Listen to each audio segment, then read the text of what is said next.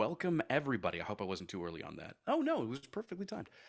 Today we're doing dramatic characters. I have it written down over here on the notes because unfortunately, the nature of this script, we can't actually have it up because of just how it's formatted. But we're going to be doing samples one, three, and five from this particular character side. We are going to go through the whole breakdown though, so if you want to see what the script is and you're watching us on Twitch, again, the command !script brings it up. You can always look it up there and follow along with us. But without any further ado, we're going to go ahead and dive right into the cold reads with Brett. Brett, whenever you're ready, go for it. Yep.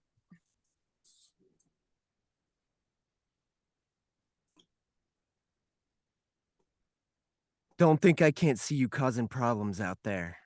I know what you're trying, and you won't steal from me again.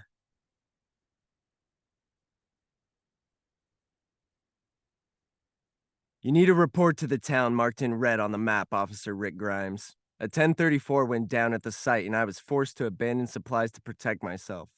I need you to report there and recover the lost evidence before nightfall.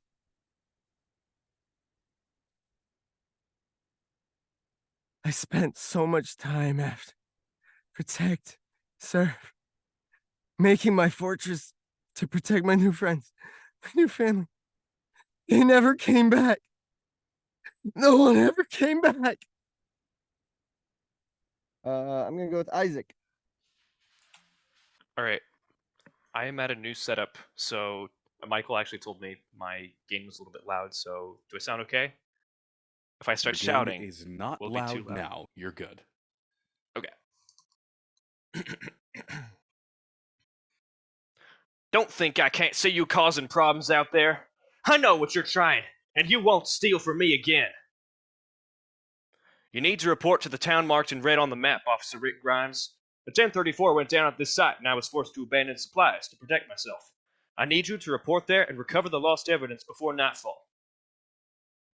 I spent so much time after protect, serve, making my fortress to protect my new friends, my new family. They never came back. No one ever came back. And let's go with Alex. All right. Don't think I can't see you causing problems out there. I know what you're trying, and you won't steal from me again. You need to report to the town marked in red on the map, Officer Rick Grimes. A 1034 went down at the site, and I was forced to abandon supplies to protect myself. I need you to report there and recover the lost evidence before nightfall. I spent so much time after protect, serve, making my fortress to protect my new friends, my new family. They never came back. No one ever came back. Michael.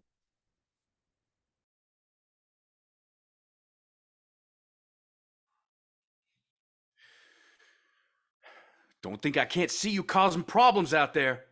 I know what you're trying, and you won't steal from me again. I need you to report to the town marked in red on the map, Officer Rick Grimes. A 1034 went down at that site, and I was forced to abandon supplies to protect myself. I need you to report there and recover the lost evidence before nightfall.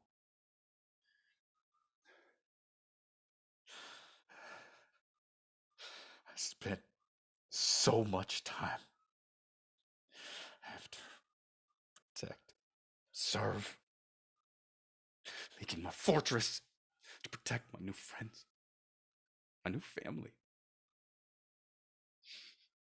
They never came back. No one ever came back. Joe.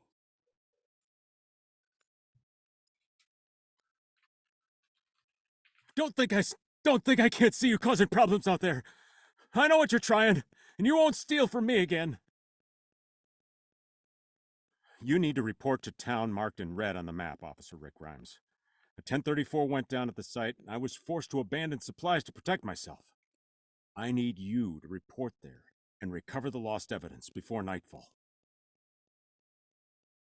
I spent so much time after.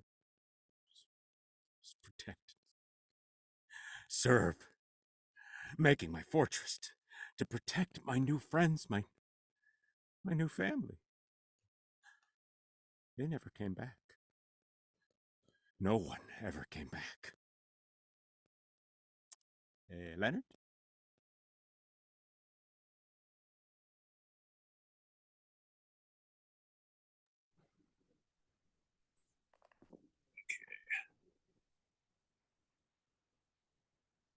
Oh, shoot.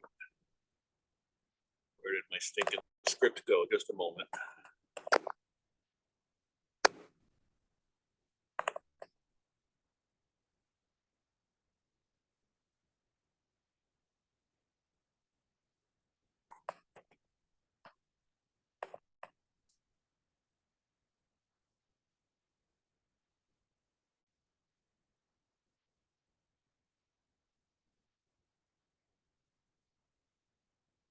I don't know what's going on. Move on to somebody else. Barry, are you gonna read? Yeah, I can do it. All right. Up. Don't think I can't see you causing problems out there. I know what you're trying, and you won't steal from me again. You need to report to the town marked in red on the map, Officer Rick Grimes. A 1034 went down on the site, and I was forced to abandon supplies to protect myself. I need you to report there and recover the lost evidence before nightfall. I just spend so much time after protect, serve, making my fortress to protect my new friends, my new family. They never came back. No one ever came back. And then, let's see, who is there? Yeah, I'm good now. Okay, go for it.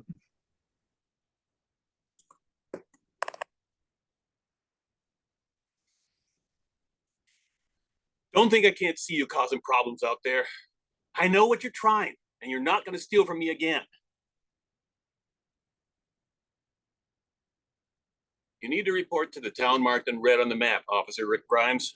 A 1034 went down at the site, and I was forced to abandon supplies to protect myself. I need you to report there and recover the lost evidence before nightfall.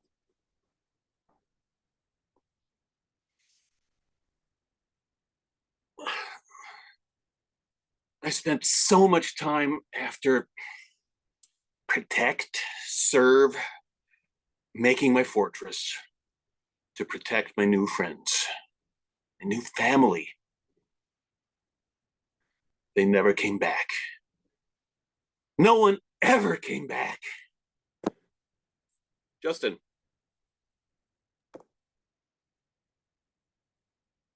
Hey, don't think I can't see you causing problems out there. I know what you're trying, and you won't steal from me again. You need to report to the town marked in red.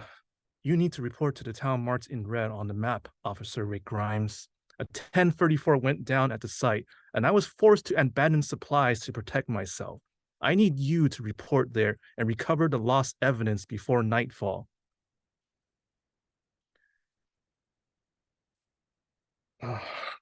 I spent so much time after to protect, serve, making my fortress to protect my new friends, my new family. They never came back. No one ever came back.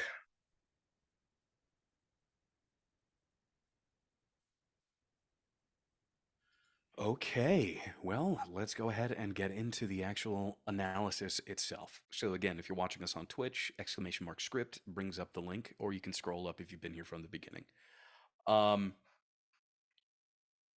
So I hope that this is going to be an obvious first question, but voiceover or voice under? Voiceover.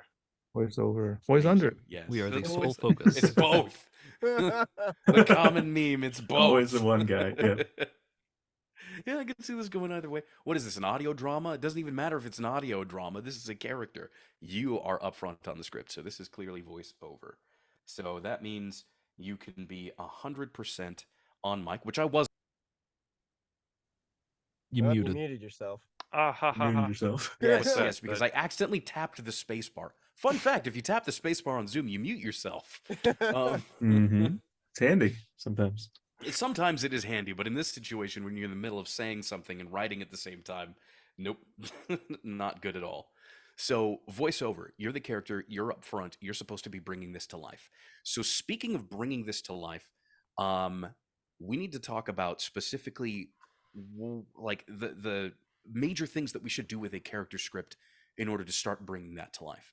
So, a character script, at least a character performance in voiceover, is much more compelling when you have a clear definition in your mind of not only who you are, but the setting around you, who you're talking to, what the situation is, where you're located. A lot of that can really deeply affect how you can, how you actually communicate to one another. For instance, you may have a single line that just says, hey, right? So, hey. But maybe the scene direction is you're on horseback riding next to somebody. Have you ever ridden horses before, or have you ever seen movies where horses are ridden? It's loud, so hey changes. So you can't just assume that one thing specifically is happening in every scene and you are right up in front of somebody else. You have to give yourself context and you have to see a scene around you. You need to bring that to life. But before anything else, we have a character that we're dealing with. So we need to answer the very first question is who? Who are we? Who is this person? What can we tell about their personality and their role in this world based on the information that we have here, not only in the script, but also in the directions? We have a lot from the character breakdown. Yes, there is a lot from the character breakdown. So the stranger is a community leader who gathered his community, protected his community, made mistakes that got his community in trouble, and has now been abandoned and is mostly alone. Alone and broken, as it says. I think he sees himself as a good guy, but I think he's unstable in the situation. And Maybe so, maybe he doesn't see himself as a good guy. Maybe he's like self-destructive. Maybe he thinks he's a bad guy because he messed up as a leader, and well, by the on that even last if he is one, a good guy. on that last one, that could definitely fit. Right. He's also a former cop, which is notable, particularly in the commanding part. It stands out that he says Officer Rick Grimes rather than just Officer or Rick or Grimes. Any one of those would work, but putting the three together puts a special emphasis on it that sort of gives you, he probably has some kind of an attitude being a former police officer talking to a former police officer. And also it's going to show how clear he needs to be when he's talking about, a 1034 went down, blah, blah, blah. Needs to be very precise the way that a cop would talk about it. This is also that second one we're reading. I'm assuming this is a game because this is the chunk where they say, okay, you're going to drop your character a little bit because you really have to speak to the player. And so you're going to emphasize you a lot. And they say, I want you to go to this town with the red X. I'm explaining it to you. Right. So you know exactly. What are you still Here, let me mark it on your back, map. what are you still doing here? Yeah. Town, red X, this. So Yep. it's a bit more breaking the fourth wall because you're talking to the guy, but with the officer commanding mindset, I guess. For those who are Character familiar. himself Another is settlement not needs your that help. stable. Okay. So, I've got unstable, broken, I guess. We got sense of justice. That's good. I put down officer as well. I'll add in sense of justice to that too. For the last one in particular, I want to throw in guilt-ridden. Yes. Guilt-ridden's a good one. Or guilty conscience, maybe? Sure. Yeah, there's that last one. I heard at least 4 different ways to read after, protect, and serve. Yeah. I don't know if there's like the kind of self-loathing, explosive out to the world, or more Like inside inward. voice. Yeah. I think Inward, this guy's whatever. story is that he really wanted to be the leader. Like I'm a cop. I can keep the peace here. he really wanted to be the leader. And then the common theme that comes up in The Walking Dead so often is that like a real leader needs to be able to make tough choices, and he didn't make the tough choices, and that screwed him over. And so now he's got this dichotomy of like, I messed up and got everyone hurt, but also everybody abandoned me, so I am the villain and the victim at the same time. Yeah, it's good analysis.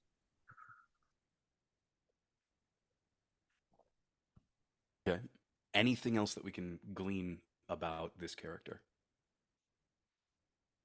But I guess see that's where the interpretation can be more open. I think you pick one or the other. Is it does he become Right. kind of jade? No, I think he can be either kind of jaded or maybe almost like cynical, or I can see a more kind of shadow of their former self, very maybe beaten down and loss of confidence, that sort of thing. And I think one type would be more maybe louder than another, or more self-destructive than another. But probably the self-destructive one's probably more interesting, I would imagine. There's kind of a between the lines subtext in here too, which is I'm assuming before the first line everyone's already left him. Like I pictured him in a cabin or in a fortress, and somebody's at the gate, and he's like, "You're not gonna steal from me again." It's like, so I think he's a loon. Yeah, he specifically says steal from me versus steal from us. Yeah. So I don't think there's anybody left at the beginning, which is kind of a mindset. Yeah. Thing. Yeah. So we're seeing kind of the fragment, the man he now is, having been through all of this torment. Yeah, and I think that's going to be a lot more relevant I think going into stuff like that is going to be a lot more relevant if we break it down per actual scene, which I think we should do. I think we should have individual scene notes for these because they're all vastly different. One of the things that I suggest people to try in their auditions is to pull out as many character traits as possible that you can figure out from not only the script itself, but also from the directions up top, and then apply each of the ones that is closest to the directions you're given to them. So, for instance, we've got angry and defensive. Well, cop, a police officer is going to have a different kind of defensive than other people is going to have, right? Like it's going to be the gun up, and they're going to be slowly approaching. They're going to be kind of really focused in on what's happening in front of them. It's going to be a slightly Muted again. defensive. Muted again? What? I didn't see me. Yeah, I was Okay. able. Okay, well, never mind. It glitched didn't- on me okay. then. Okay, good. Did you hear everything? You good? Testing 1, Leonard? 2. I turned my gain up just slightly. Yeah, Is you're that too good. much? You're good. Okay. You're fine. Okay. Cool. Anyway, but I think it makes for a much more interesting experience doing the character audition, pulling out the specific character traits and applying them to each of these different sections. But we've got the who down. So let's go ahead and start breaking down the scenes. So let's talk about scene 1 here. Actually, that's the wrong color. I've got a little color coding system on the notes. Okay, so let's talk about scene 1. What is happening in scene 1? What's going on here? Why are they angry and defensive? What do you think is happening around them, and how could we play to that? Scene 1, the stranger is being the guardian of his or her fortress.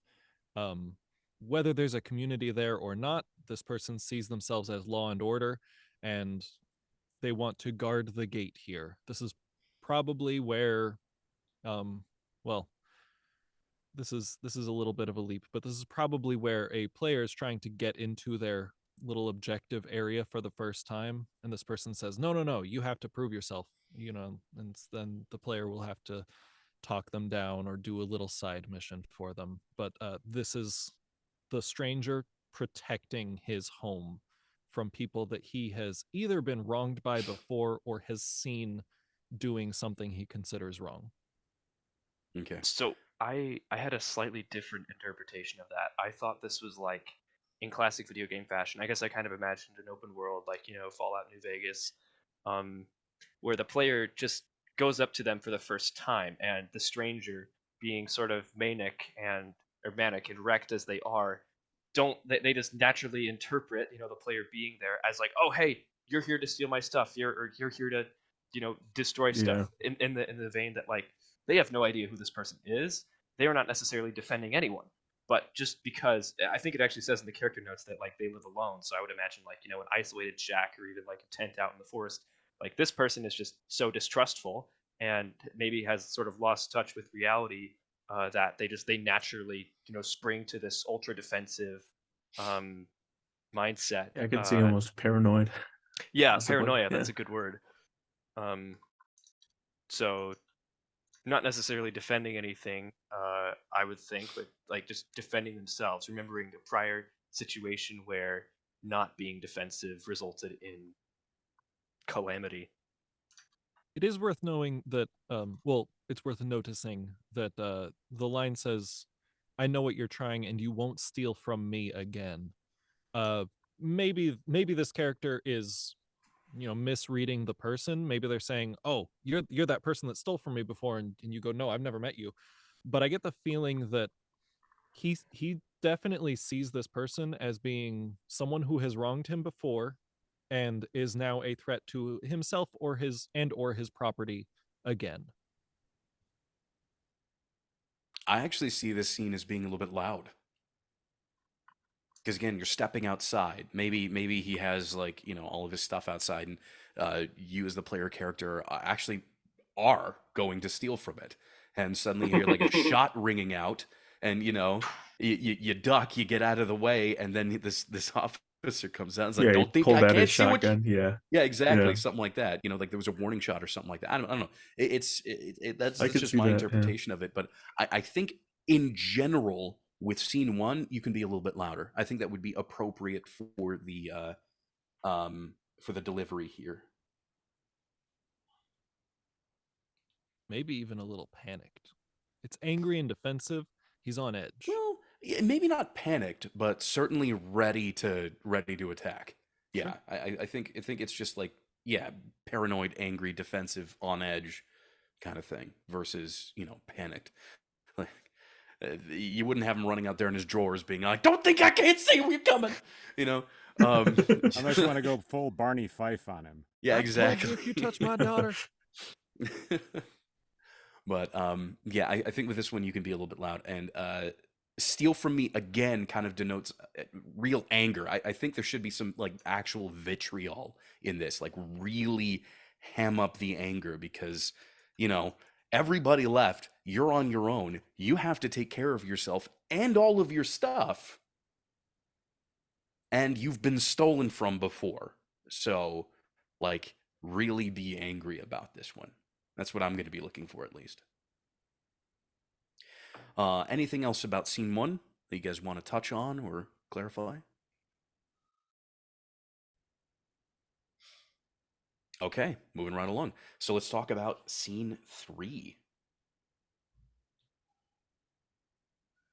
I think 3's main focus is giving the player character information, but it should be done in character for the officer. Right, you can't like Google Maps it. Like, Yeah. you Turn need right to- at intersection. Yeah. Yep. I agree with Justin here that I also Yeah. sense some disdain for Grimes.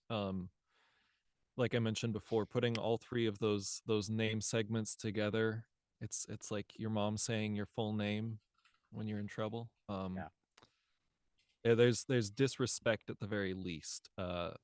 So there's a little bit of a hostile attitude towards Rick, whether that is the player character or not. And then I'm curious if you guys think that he would be playing up the fact that he was forced to abandon supply. Like, do you think he would like almost like ham it up a little bit, that like, "Oh, I had to go through this," or yeah, like I had no choice. or like yeah, or like or maybe even a little embarrassed about it. Ooh. Yeah. Possibly. Also, with the context of the research that Justin did, 1034 is a riot in police code.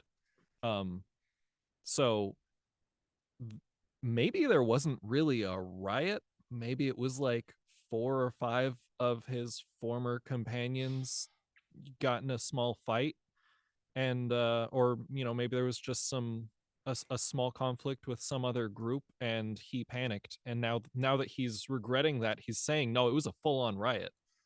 Officer, you get me, it's a 1034. So Or I think that maybe- you're right. Playing up that I was forced to abandon things maybe It good. Or could maybe have since also- he's again, this is delivered to the player. Maybe this is a warning that there's a lot of zombies in the area. and Yeah, I was gonna say he had 1034 to could run. be It's like I zombies. barely got out of there, but you'll be fine. You're the You're a protagonist. rookie. You're Yeah. expendable. Yeah. You'll be all right. Yeah, no, definitely. But yeah, no, I was actually going to definitely point out like the disdain or the demeaning of saying Rick Grimes' full name, Officer Rick Grimes. I think that's definitely something that should be played into. I think that would add a nice little character angle to it. Seeing as how this whole thing, the only actual like emotional direction we have for the line is just commanding. What does commanding sound like? Well, this is a police officer, and I think there's definitely going to be a level of decorum there, but it's going to be really straight, direct to the point. And Officer Rick Grimes, you're gonna have to do this. So Yeah, I see him as professional, and he's your superior in this case. Something that I'm really curious about is I need you to report there and recover the lost evidence before nightfall. I'm really curious because previously he said abandoned supplies to protect myself, and now he's saying lost evidence. I'm wondering if the items that we're receiving, that we're sending someone to receive, sorry, is going to really impact our character choices and emotional state. Is he trying to hide something here? Is he calling something evidence when it's evidence to support his idea of someone, maybe? Or maybe it just isn't evidence at all, and I he's think what kind you're of getting into insane. is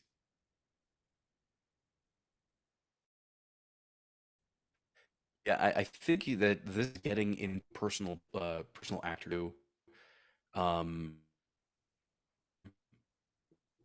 refer to the whatever it is that it's being going for. I think that's entirely up to you. Oh There- yeah, I hit some lag. Whoops. There's also Am I good now? Am I an stable, or- underlying I think so. assumption I think we're all making, which is that he was a good police officer. Maybe he was more of a donut cop, and like he was an inept police officer, and he saw this as his chance to be something big, and it just did Mm. not work out for him. Maybe he's sending the player character to go get supplies that he needs to survive, and it's not really an emergency or anything, except to him. So that's Once he another- goes there, it's like toilet paper or something. Yeah, we're out of toilet paper. Don't And hand question it, it's sanitizer. evidence. Yeah. The important papers. Bags of coffee grounds. Okay. I like that. I think all of that kind of goes. I'm just trying to talk about like the general performance notes here, but I think that the spin and the angle that you want to go for is going to be entirely up to you how you want to approach it. I personally, I like that. I like that idea of maybe this person was never actually anything big, and it's just sort of like now is fulfilling a role that's just too big for their britches, if that makes sense. They're just like, oh, I have some power now. You gonna listen to me. I think though, however you want to approach it, whether this is something that's like embarrassing to him, like, okay, yeah, there's a little scuffle and I dropped all of my stuff, or if this is like, hey, you know what? Now I can unload this off onto you. Now I don't have to go there. Either way you want to approach it, perfectly fine. But as long as most of this is more informational, demanding, and you're acting like a professional superior in this situation, you have full creative liberty as to exactly how you want to do that. Again, that is part of what makes your voiceover career yours. That's your brand. That's your decision making. So I will note that the background does say that he was well known for being the nicest guy on the force. So I mean, he could still have been incompetent or whatever, but I brought donuts for everyone. Well, I mean, think about it. Think about it. He's a police officer who's the nicest guy on the force. You don't have to be very athletic to be nice, you know? I'm Mhm. just saying. Hey, There's Chad, one how other come half thing. these donuts are missing? There's one other thing. I just made a connection. In the last part of the paragraph, it says, well, obviously, alone and broken, stranger. It makes note that he lives among the dead. Like, if it means he doesn't have to be around people, so he has a distrust of people, but he even lives among the dead. So when you say a 1034 means a police riot, maybe he doesn't even see the zombies as zombies. He sees them as living people, which indicates that this character is someone who is not really in touch with reality at all. And you'd probably want to make sure that you channel a little bit of that into your read, and that this isn't, a perfectly direct, yes, here's exactly what you want to do. And obviously, the other proper subtexts, maybe disdain. I think he should be a little bit insane. Like, you're not exactly sure what you're getting yourself into with this quest. This could be a death trap. This guy just doesn't even have a proper perception of reality. Yeah. Well, he isn't full on crazy according to the background. So don't go Isn't full too on crazy. overboard with Right, yeah.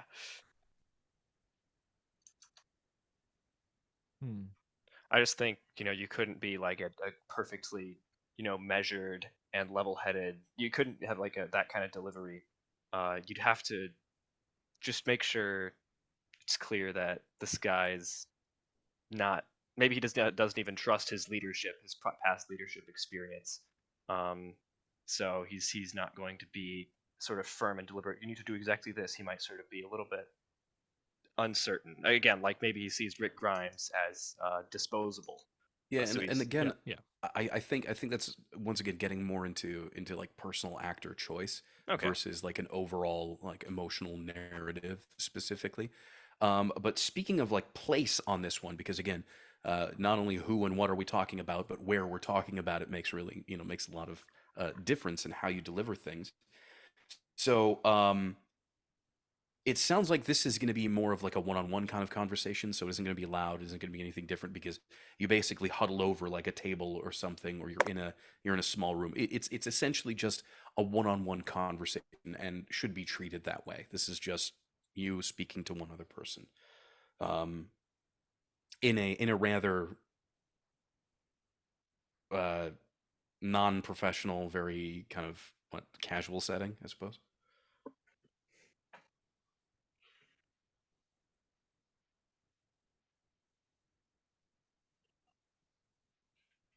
Okay. And now let's go ahead and talk about scene 5. This one is going to be interesting.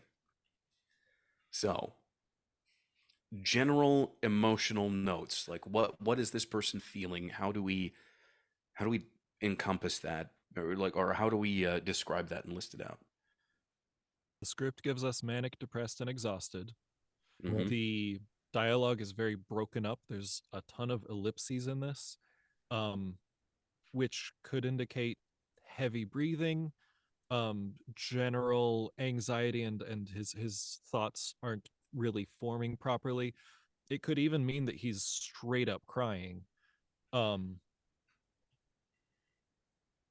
Or this could be like the mortally wounded. Don't go to sleep on me. Don't go to sleep on me. So Yeah. tired. Can't. Tried to help. Tried to serve. Like Sounds- death throes. Oh God. And this is in that sort of vein. This is going to be a very up close bit of dialogue. I wouldn't expect that the listener is supposed to be more than like 5 feet away. Probably much closer than that.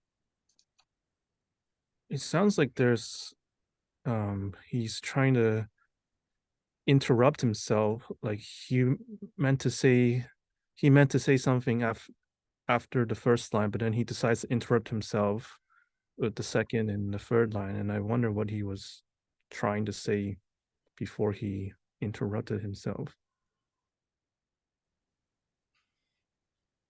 I also think that this might be like your character is eavesdropping.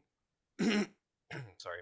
It's not like, you're having a conversation and this is like, so what happened in your past? You're like, oh, I tried to protect. I almost feel like he's not saying this to anyone. He's not sort of seeing what's in front of him. He's like he's seeing it into the past. Um, I like Okay. what Justin was touching on here about what he might have been saying. Uh if we're talking like acting into the wings, adding more than just what the dialogue has here, if each actor wants, they can probably piece things together by looking at the character background and then what these sentences are saying. I spent so much time after, could be after the fall of his community, after creating his community, or after the virus swept over the humanity. Protect and serve, he's calling back to the oath as a police officer. These ellipses are opportunities for you to have a completed thought in your head that maybe is fully said in your head, even though your mouth isn't saying the full thing. So I think one of the main points here that we really have to pay attention to is exhausted. Um, so something clearly happened. Maybe they ran away from a bunch of the undead. Maybe they um, got out of a big fight. Something happened, and now this character is clearly, they're lacking in they're lacking energy. So physical energy, they're lacking Interesting. physical energy. We're not going to talk about energy and delivery. Um, so I would say that this is probably going to be delivered like between huffs or something. I think that's what the ellipses kind of might denote. Like maybe they're just at their wits' end at this point, and it's a lot of like, I spent so much time after protect, serve, things like that, where it's all kind of broken up because they're kind of catching their breath and their brain is really scattered about everything they just went through, and they're yeah, they're just kind of at the end of it. and like So I definitely, a traumatic situation like that where you'd be out of breath could also be what caused them to relive the past Trauma trauma might actually unrelated to. be a good thing to add to this. Reading that last one, the words that came to my mind were beaten down. Oh, that's a good one. yeah, yeah. So because I was almost thinking he's more mentally exhausted. I guess of just he can barely even keep his thoughts together. He's so beaten down. So I can see an interpretation where you don't go the obvious physically exhausted route, but Okay. Hey, if you can uh, communicate mental so exhaustion in this, go for it. I'd love to hear that read. Um, I just think it doesn't necessarily make as much sense to not finish thoughts if you're only mentally exhausted. People still will. Like even when you've had a long mentally exhausting day, like if work was exceptionally boring, it's still really easy to complete ideas in sentences. But if you combine that with being out of breath or physically exhausted as well, your body just doesn't have that much energy. It's much easier to not complete sentences, to not complete thoughts. Yeah, I to can me, see it's maybe more. almost in. I can see maybe incoherent mumbling sort of, or just like whatever, protect, serve, whatever. Like he's almost like ranting under his breath. But Yeah, Ellis Yeah, actually has a really good note.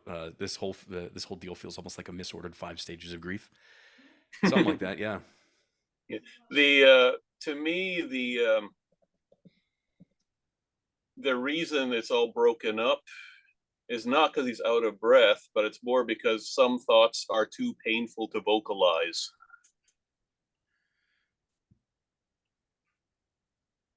It's a good choice. where I can see the trauma. Yeah.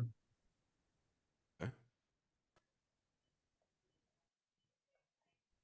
Well, I, So I think we've got some good ideas on each one of these. I don't know, unless anybody has any other thoughts or anything else they'd like to share or bring up about any of these particular sections.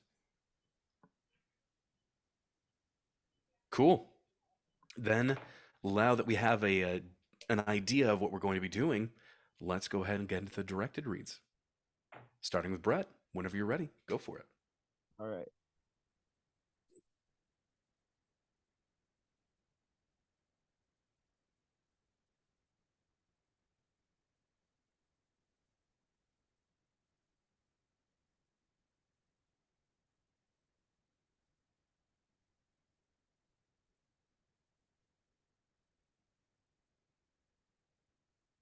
Don't think I can't see you causing problems out there. I know what you're trying, and you won't steal from me again.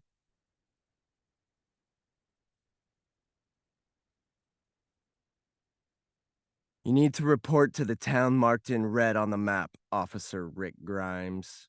A 1034 went down at the site, and I was forced to abandon supplies to protect myself. I need you to report there and recover the lost evidence before nightfall.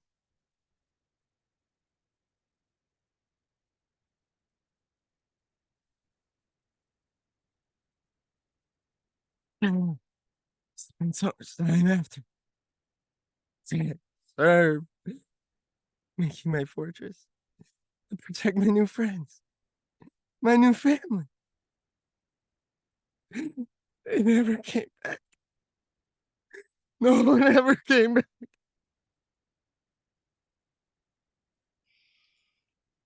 All right, opening it up. Let's go ahead and give some feedback. What did y'all think? I want to start by saying I really thought your scene 5 read had a lot of emotion to it. That was good. Your scene 1 though, it felt a little bit more like unhinged than defensive. Like it felt more offense than defense, if that makes sense. Almost like threatening, "I'm gonna get you," instead of "stay away." So try and like rein it in and be a little bit more. Trying to think of a better word than defensive because that feels a little bit vague. I think reactive, maybe. Yeah, that could. Yeah, reactive as Okay. opposed to active. Like, Yeah, yeah. that makes sense.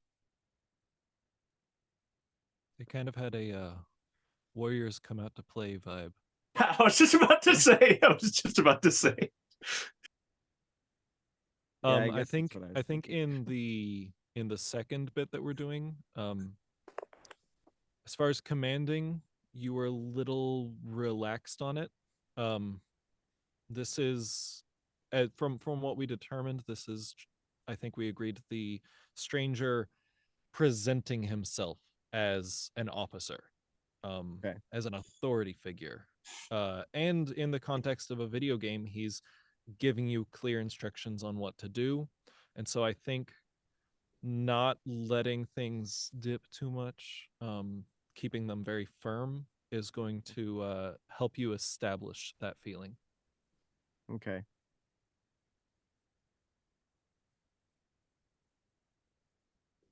My notes on it, on the first one, it felt almost like you were talking to a little kid who was misbehaving.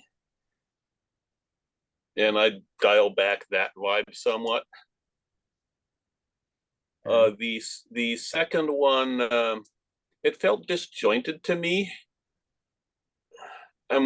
Like you were coming from 3 or 4 different directions with it. It wasn't consistent for me. And what I'd like to see there is, okay, this is your your superior who is just presenting facts. So even if the fact might be a little bit embarrassing to him because he was forced to ditch supplies or whatever, yeah, I was just presented as a fact that this is the situation. Okay. And let's see, what did I have on the last one? Yeah, the last one felt just too broken up to me, to the point where it was hard to really understand you. And yeah, I could understand you, but as a gamer playing this game, I don't want to have to make an effort to do so. Gotcha. Turn on the subtitles. Exactly. I was just gonna say that. Yeah. All right, well, let's hear it again whenever you're ready. Okay.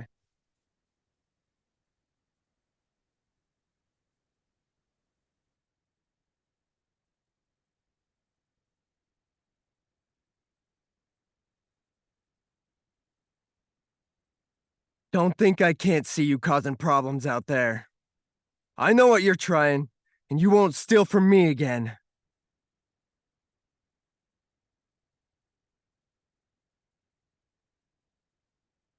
You need to report to the town marked in red on the map. You need to report to the town marked in red on the map, Officer Rick Grimes. A 1034 went down at the site, and I was forced to abandon supplies to protect myself. I need you to report there and recover the lost evidence before nightfall.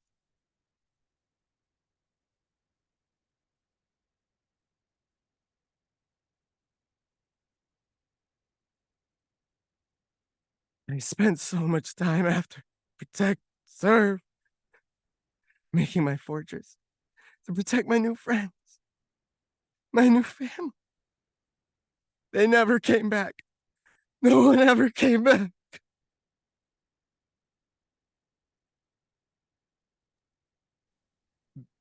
I really liked your changes on the second piece. You did really well there. It was very subtle. I could still hear the energy directed toward towards Rick Grimes. That a little bit of spite directed towards Rick Grimes. I also heard that little bit of character come into abandoned supplies to protect myself. I thought that you did that really well, bringing the subtlety into that, and then keeping everything else really level and firm. I'd like to see more physicality from you. You're not coming in here. I don't want to hear that. You need to go to this place on the physicality reads on the mic, even though you don't think it does, but it does. The hard part is doing the physicality and staying on mic. Yeah. Yeah. Because do you And happen to have a toy gun? not hitting anything. yeah, not hitting anything. That's true. I've gone so far sometimes on auditions as to take the mic off the mount and lay down for scenes like the last one. Oh, where interesting. I'm exhausted. Okay. But it's really hard not to get the mic to Yeah. make noise Yeah. if you're holding it. So not Yeah. the best. Huh. Key. There's But some more physicality just to Okay. just to add an extra oomph to the performance. Okay. so this is I have a technical note, but it's not like a performance note. It's actually like it's an audio tech note. In your audio settings, could you turn off noise suppression? Because in the fifth scene in the third and final read, I felt like your levels were going up and down, and it would have been nice to hear everything, but Zoom noise suppression actually cut out the really quiet bits, so it sounded a little bit broken up. And I think being Would that be able to hear- my, like, if I had my high pass filter on? yeah, Oh, okay. but I think Zoom automatically also has a high pass filter for room noise. Yeah, it does. It So does. if you turn on original sound for musicians, that should get rid of that. Huh. Okay. Yeah, it should be in the top left-hand corner of the window. They added that a little while ago, and it took me a while to get the hang of it. Let's see settings. Yeah, I really liked what you did on the second scene as well. I think it really tightened things up and got it to where I wanted it to be, at least. On the third one, I'd like to hear more of an emotional journey. It was like the same emotional note throughout the whole thing for me, and I'd like to have it change up as your thoughts move along in there. Third one, as in the fifth one. The Yeah, last yeah, one. scene Last 5. one, okay. Mhm. Yeah, Brett, do you happen to have like a toy gun anywhere or anything that's kind of gun shaped that you might be Fingers. able to use, like a banana or Yeah, guess I a have cell phone? tons. Well, not nearby, I guess. I mean, I guess I could just Go grab one. um, Seriously, in VO, there's no reason to not use a prop. Yeah. Voice acting is acting. Yeah, it is. Don't accidentally shoot your camera. All right. I can. All right. I got this little guy. I'll just. Okay, I'll just. all right. All right. Because All it's right, it's so- down somewhere. It's not accessible, but yeah. Well, the thing is you can also manipulate that to look like a pen or something that you can use to point with, right? Yeah. All right, so Yeah, you can even use it for the second scene too. For the second scene. Oh. Yeah, for scene need to 3. Sorry, report- for the second. Yeah, scene Oh, 3. Like yeah, if you're marking okay. a map. Yeah. Okay. There's one All right. thing I just saw. Ellis made a note in the chat. He says in the first, I think he means in the first read, the first line of the first scene, try it as more of a police command to a criminal / juvenile delinquent, just to elevate that sense of like righteousness before getting personally angry for the "you won't steal from me again." Okay. Ellis, if you want to elaborate, feel free. I don't know if he's here. Yeah, okay. I'm kind of on set right now, but I snuck away super fast. Oh, okay. Okay, so what I mean by that is for that first bit, I think that you're trying to walk that line of someone who's, or at least what's coming across to me, is you're walking that line of someone who's scared and angry. I don't think you're all that scared. I feel like you're falling a little more to that side of it though in the performance. So I want you to give me one more, but just keep More that sense of authoritative? authority.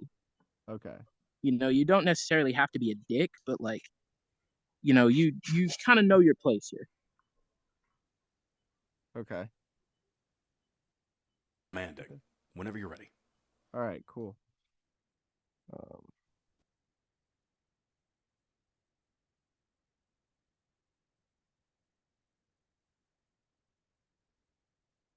Don't think I can't see you causing problems out there. I know what you're trying, and you won't steal from me again.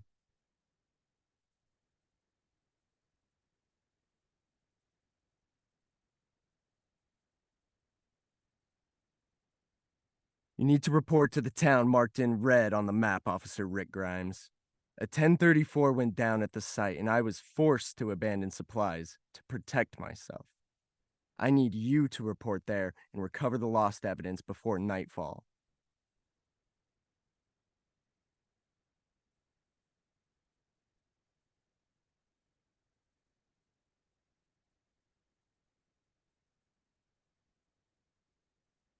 I spent so much time after protect, serve, making my fortress to protect my new friends, my new family. They never came back. No one ever came back.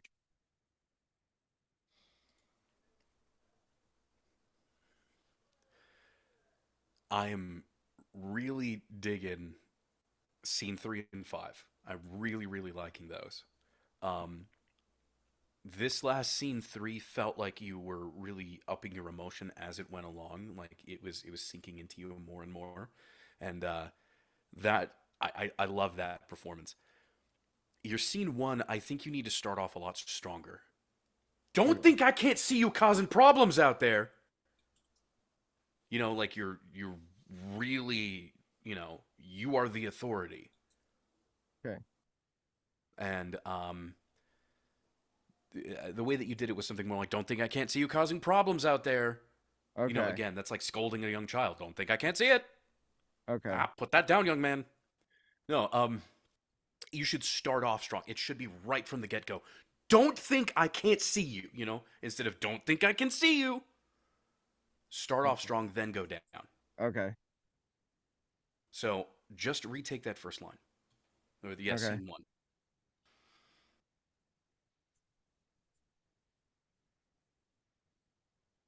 Don't think I can't see you causing problems out there. I know what you're trying, and you won't steal from me again. A lot better. Yeah, what did you guys think of that one? Best read by far. That felt more angry and defensive. Okay. I think, if anything, when you're saying "you won't steal from me again," maybe sort of try and sound like more finalizing, like "you won't steal from me again," instead of "you won't steal from me again." Like, won't. I think is the more if you're going to really put a lot of emphasis, you won't steal from me again. Because that kind of communicates that you're standing up and being defensive about it. But that's just my opinion. I don't know. Okay.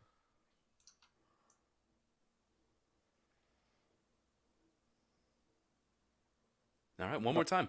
Yeah, Front one more loaded time? on the very beginning, and Okay, then perfect. won't. Let's just hit won't really hard. Okay.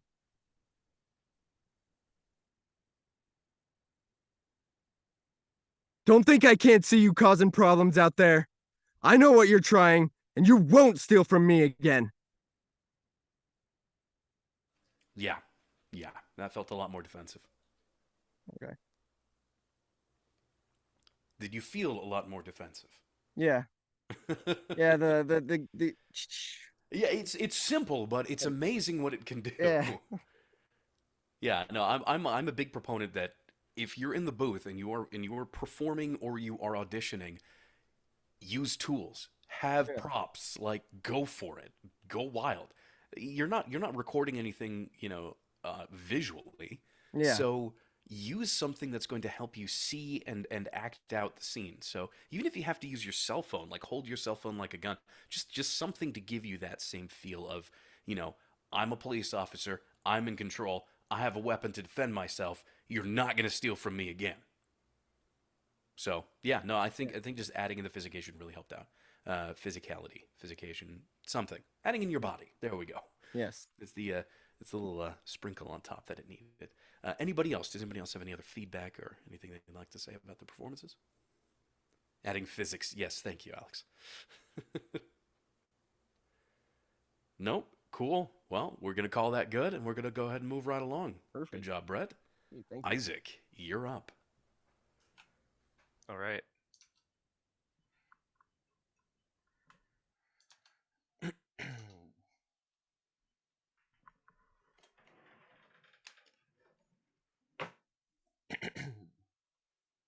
Don't think I can't see you causing problems out there. I know what you're trying, and you won't steal from me again. You need to report to the town marked in red on the map, Officer Rick Grimes. A 1034 went down at the site, and I was forced to abandon supplies to protect myself. I need you to report there and recover the lost evidence before nightfall.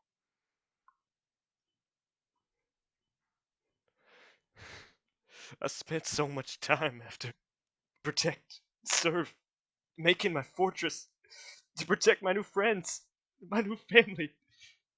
They never came back. No one ever came back! All right, opening it up. What did you all think of that one? I liked your 1 and 3. 5, I think you have a lot of the emotional notes that you want established, but I think you're moving through them, especially in the middle part, way too quickly. Too fast, okay. I think Yeah. that for number 5, you're ending in a place that was never asked for. Okay. The ending sounded like it was big. It was a really big ending, and it sounded like you were angry at the people that abandoned you. That's how it read to me. But the notes here are you are broken and alone. You are depressed and exhausted. I don't think your character would really have the energy to be angry at these people. Okay. I see. Alright. Yeah, my main notes was that on the middle one and especially the last one, you were going too fast. Yeah. Like the middle one needs to be a briefing. The person needs to have some time to digest what you're saying. Right. And the last one, I mean, it just needs to be slower. Okay. So the first, you kind of set the speed on the first one that was right for the first one, and then you stuck to that speed for the other two. Okay. And I'd say the middle one, because of the other two, the middle one felt a bit disjointed. You need to add more of the character back into that one. It was Okay. a bit too instructional. Alright. Okay. Okay, lots of stuff was just thrown at you. Yes. I'll put it all together into a read whenever you're ready. Okay.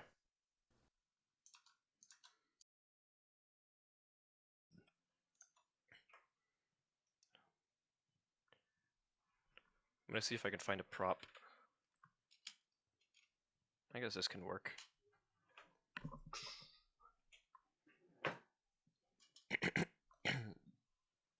Don't think I can't see you causing problems out there. I know what you're trying, and you won't steal from me again.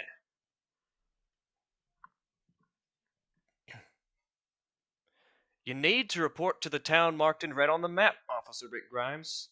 A 1034 went down at the site, and I was forced to abandon supplies to protect myself. I need you to report there and recover the lost evidence before nightfall.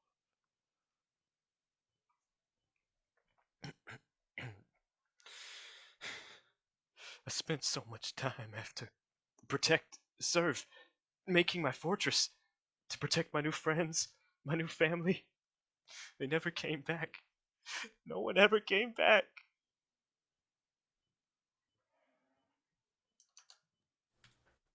All right, something I want to work specifically on is scene 3, your making it sound more commanding and authoritative. Okay. So you need to report to the town marked in red on the map. You're just telling him that. That is what he's doing. It's not a suggestion. You're not being nice about it. It's just you need to report to the town marked in red on the map, Officer Rick Grimes. A 1034 went down to the site, and I was forced to abandon supplies to protect myself.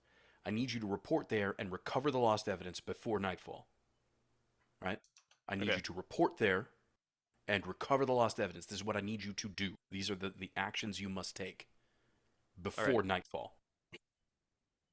Okay. Okay? So you are laying out very clearly, very concisely, and very,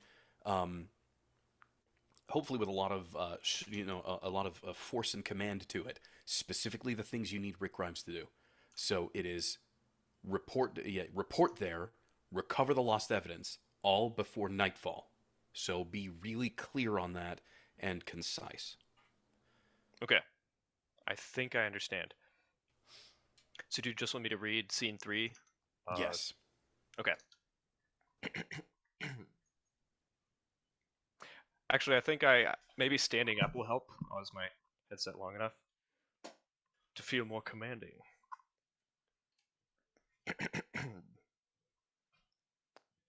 You need to report to the town marked in red on the map, Officer Rick Grimes. A 1034 went down at the site, and I was forced to abandon supplies to protect myself. I need you to report there and recover the lost evidence before nightfall. Okay, opening it up. What did y'all think of that one? There was a lot of clarity in the latter half. I got that bullet point. This is what you need to do. This. There's something happening in the first line where it sounds to me like someone is telling me, you've done this wrong. You need to make this adjustment to do it right. You need to report to the town marked in red on the map. Rather than this is like the first bullet, and then later I'm going to reiterate it. You need to report there. Okay. The attitude, I think, should come in specifically when we get to Officer Rick Grimes, and I think try not to sneak it in too far before that. Okay. All right, got it. Yeah, I agree 100% on that. The overall attitude for that, the middle piece to me is, this is how it's going to be. So not, you screwed up, you idiot. Okay. On the last one, on the protect and serve, I'd love to hear a big dose of bitterness on those. Okay. All right. So 3, then 5? Sounds good to me. 3, then 5, whenever you're ready. Okay.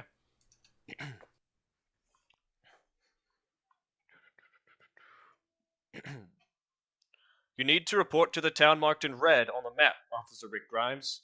A 1034 went down at the site, and I was forced to abandon supplies to protect myself. I need you to report there and recover the lost evidence before nightfall.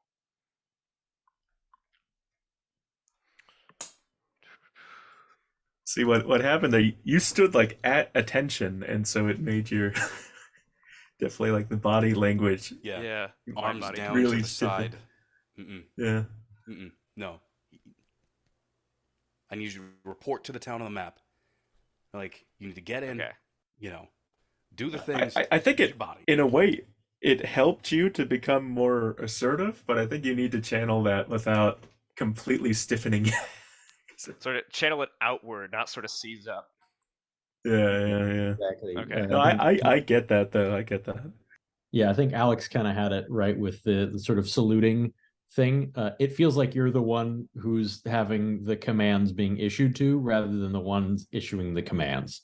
Okay. So like really feel that power I don't know if this is your natural accent. It feels like there's like an accent being put on here a little bit, but I could be hearing something. There's a little But bit just of like one.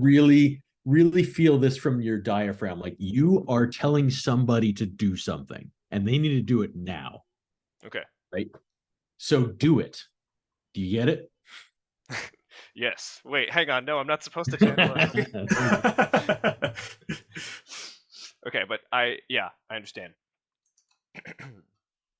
And I'm sorry, Leonard, that I did not get to scene 5. Do you guys want me to just keep reading scene 3 and then move to scene 5? Yes. That way we don't have to break it up. Okay. I'll see if sitting down helps. 'Cause standing up does feel a little bit more like I'm no longer comfortable. So. You need to report to the town marked in red on the map, Officer Rick Grimes. A 1034 went down at the site and I was forced to abandon supplies to protect myself. I need you to report there and recover the lost evidence before nightfall. And that was exactly the same as your last delivery. Really? There's zero change to it. Unless somebody else heard something, but I heard nothing different this time around. Okay. It was a little stiff, but what I think maybe is we go back to what Joe was saying, and maybe you start trying to be, I need you to report to the town, like pointing at your hand. Maybe like that would help. I don't know. Really Now, granted, oh, was that you, Brett? You said? No. I mean, when you guys told me to do that, that really helped me is to like pretend like it was a map in a room and stuff. Okay. My only advice there is I would pointing at the suggest red area. try not to then get really pointed, but like, I mean, I think it helps. Yeah, just you have to balance it. Okay. My direction on that middle piece is deliver it like you're talking to a smart 12-year-old. Okay. Okay, let's see what that's like whenever you're ready. All right.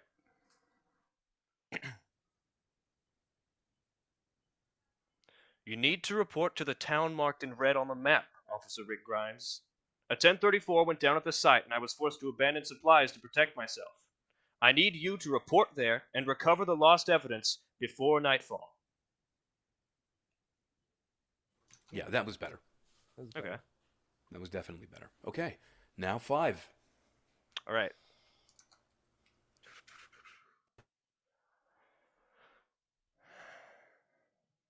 Leonard, you said you wanted more bitterness at Protect Serve, correct? Okay.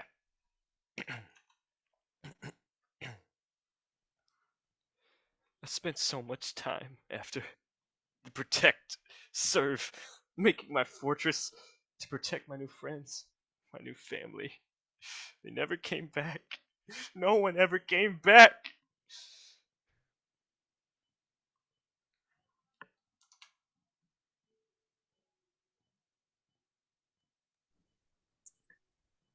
Okay, would you To, yeah, to me, and with it being broken up that much, it needs to be delivered slower. Okay.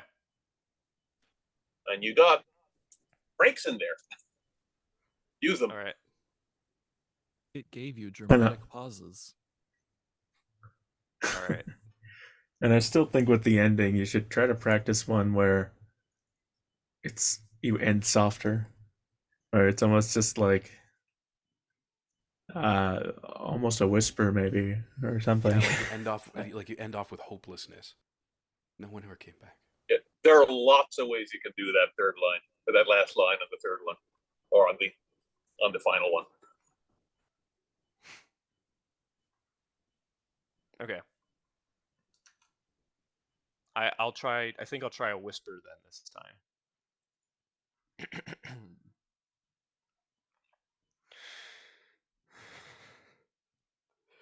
I spent so much time after Protect, Serve, making my fortress to protect my new friends, my new family. They never came back. No one ever came back.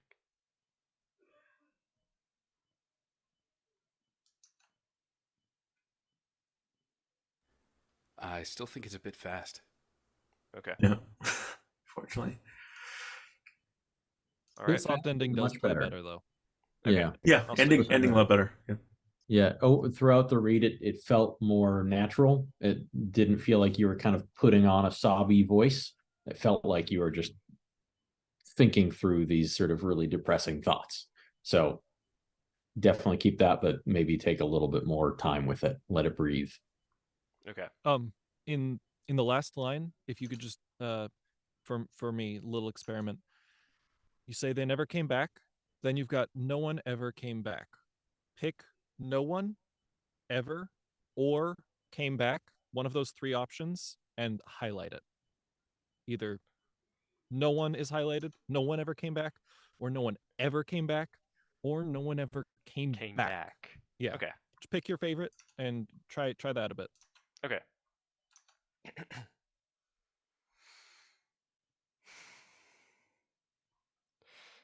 I spent so much time after protect, serve, making my fortress to protect my new friends, my new family. They never came back. No one ever came back.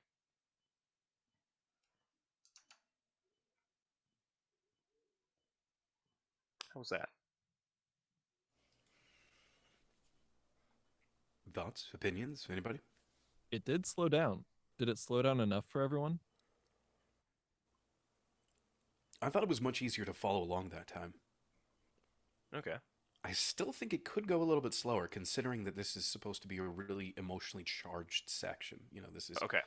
you're really down. You're at your wit's end of depression with this whole thing.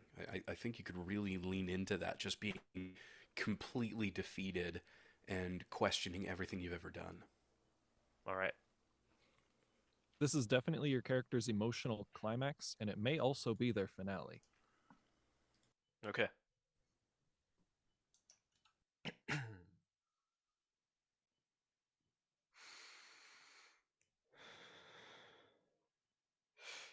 I spent so much time after protect, serve, making my fortress to protect my new friends, my new family.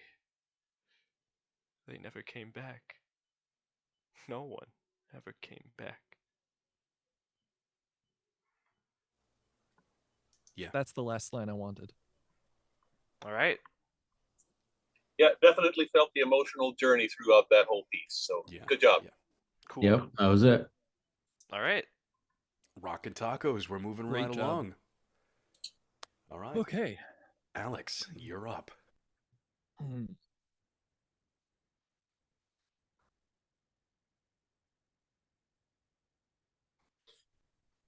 Don't think I can't see you causing problems out there.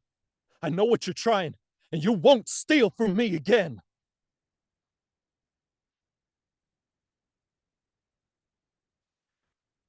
You need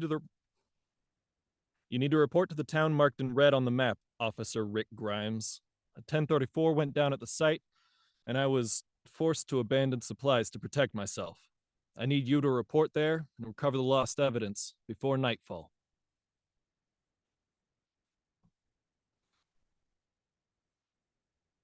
I spent so much time after the protect, serve, making my fortress to protect my new friends, my new family. He never came back. No one ever came back.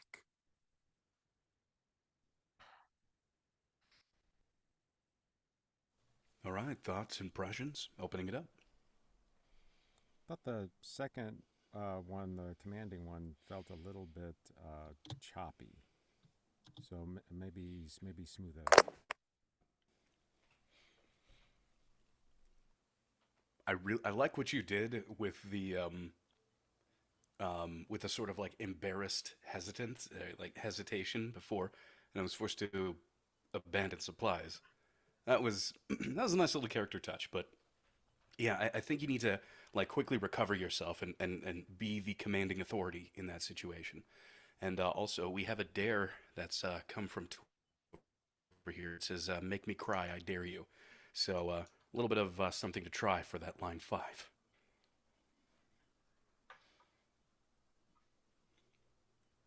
Anybody else?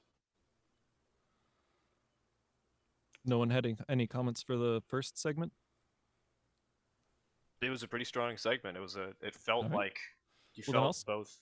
I'll just You- skip you- that on my next read. You did something there. Actually, no, I'd like for you to start from the top, go through the whole thing. You Okay. did something that I'm wondering if you're going to do again. So just do the whole thing. If it comes up again, I will point it out. Okay.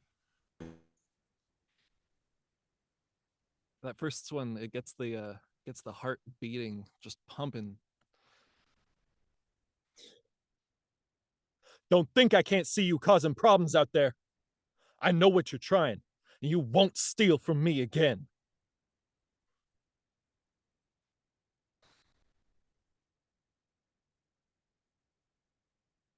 You need to report to the town marked in red on the map, Officer Rick Grimes. A 1034 went down at the site, and I was forced to abandon supplies to protect myself. I need you to report there and recover the lost evidence before nightfall.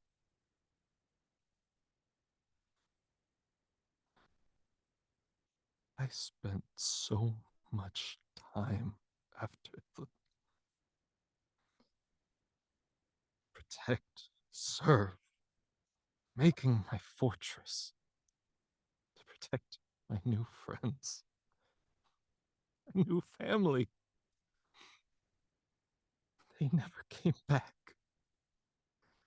No one ever came back.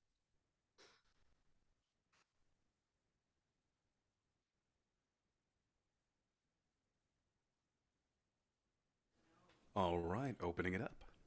What did you all think? I'm gonna the informative one was smoother, but actually it's astounding to me because I'm seeing a pattern now. The simplest paragraph is actually the hardest to deliver. You got to have the character in there and be delivering information to the player and keep the pace at a good clip. And it's interesting because I liked your 1 and your 3, and the second one still felt like it was now it felt like it was a little red.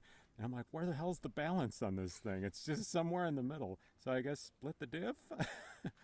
All right. I can try that out. Anything else? Yeah, I was gonna say, I'm not sure quite about the notes that were given at the beginning, but if this is kind of intended to be a more of a command that you're issuing, this doesn't feel like you're giving a command. This feels like a radio report. Okay. You're just like, yep, this is a thing that happened, and yeah, I'm gonna need you to do that. I don't feel like I'm being commanded to do anything from a superior officer. Gotcha. I can bring that to it. Yeah. So you did repeat the thing that I was hearing at the beginning. You go into like a pseudo accent Mm. for the very first line. It's not necessarily like you're actually adding in, different inflection into your voice or pronouncing things differently. It's more of your intonation. Don't think I can't see you causing problems out there, and you kind of turn into it. Kind of starts trying to become a southern drawl, but you don't actually add in a southern drawl into it. So that's another kind of like riding the line thing that I'm noticing. I don't know if anybody else is hearing it. I'd like for you to just be a little bit more just commanding and authoritative as yourself. It's you. You are this stranger officer, and if Cosins can throw. What was that? No, I was just gonna say. I think it's just you read cause. Yeah, exactly. You were just gonna Cousin. say it. Cousin. Yeah, exactly. Yeah, it's cousin. That's look. I Worse. mean, if that's the thing though, if you're comfortable with a slight southern drawl, you might as well go for it. That's You can't not do it. But I wasn't aware I was doing it in the read, but that is a thing that happens to me when I raise my voice is either I over enunciate or I start doing that just in Okay, my natural okay. day-to-day life. I'll Okay, I'll try and okay. focus on So that. that's definitely something to note. Again, let's see if we can't alter that emotion a little bit because You're starting. I mean, you're going to be going to the more repeated deliveries of this. So we need to break up the pattern a little bit. Add in a little sprinkle of desperation. This Okay. is your last supplies. This is the last of your stuff. You finally got it all back together, and now somebody's out there again and is going to take this all from you again, and you have no idea what you're going to do afterwards. So let's go ahead and sprinkle in some desperation into it and see what it does to your delivery. Okay. I don't think I've received notes either time on my number 5. Did anyone have anything for that? I know I shouldn't. If no one says anything, then it's good, right? But- If nobody said anything, then nothing has popped up. all right. All right. But So- since you asked, I thought wasn't you had- trying. You opened up this can of worms. I like the overall emotional journey on it. I think you did a really good job with it. Okay. It might be and this might be just me. It might be just a little too like quivering there in the voice to the point that makes it a touch hard to understand. Oh, And whether okay. that's a problem or not, I leave for other people to decide, because I can totally see going with it as is too. raise the clarity by like 5%. If we gotta touch it at all. Okay. All right. Don't accidentally put an accent. Okay.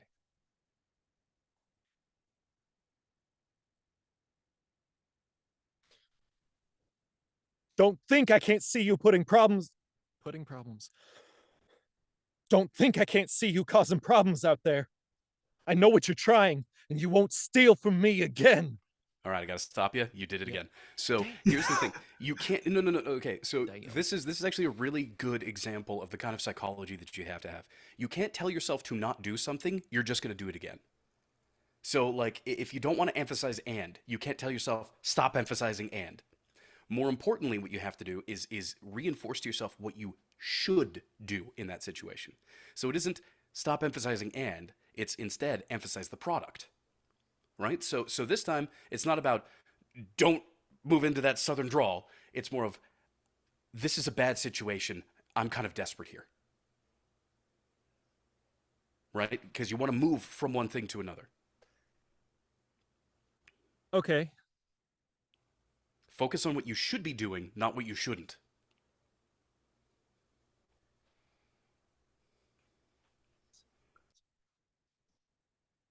Don't think I can't see you causing problems out there. No drawl, right? You kind of said can't instead of can't. Don't think I can't see you causing problems out there. Can't. Can't. A little bit. Don't think I can't. We're see now you causing nitpicking a little problems bit. Do out but not no, think I cannot you- see you causing problems out there. Desperation. You just kicked open the door, okay? So you're not even like you're not even being subtle about it anymore. You literally kicked open the door, and now you got a gun pointed at at the darkness. It's just nothing.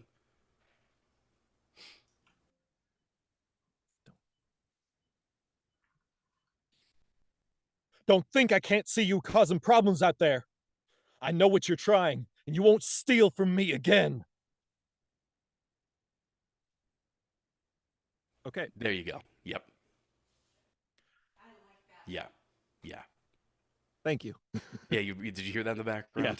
Yeah. Yes, you got the wife approval, so congratulations on that. All right, I'm going to do number 3 yes, now. Continue on. You need to report to the town marked in red on the map, Officer Rick Grimes. A 1034 went down at the site, and I was forced to abandon supplies to protect myself. I need you to report there and recover the lost evidence before nightfall. Did you sound like you were being commanded to do something? It sounded like you were reading a story. Ah. Oof. Ugh. Yeah, okay. Bringing it back. Yeah, I'll give you the same note that I gave Isaac. Just like really come from the diaphragm. You are telling someone to do something, and they need to do it now. Gotcha.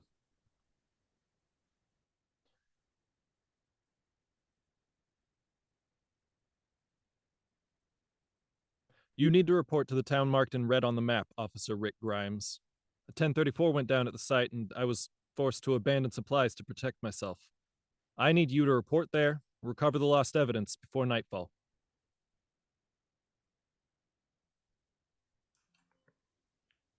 So here's an observation. I'm not exactly sure how to interpret what it means, but I notice that you tend to end your sentences on the same general tone, like and it sort of makes it sound a little bit less like you're commanding and a little bit more like, I don't know. I'm not sure how to interpret it, but it's doing something to make it sound less commanding. Okay. For me, what needs to happen there is you need to throw in more pauses.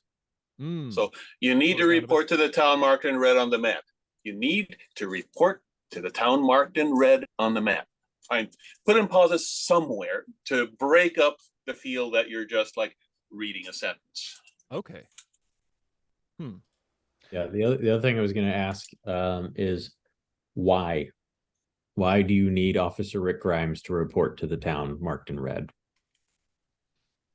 Protagonist. No, I'm just kidding. Think about the why. Why is this important? Why does this need to happen? Gotcha.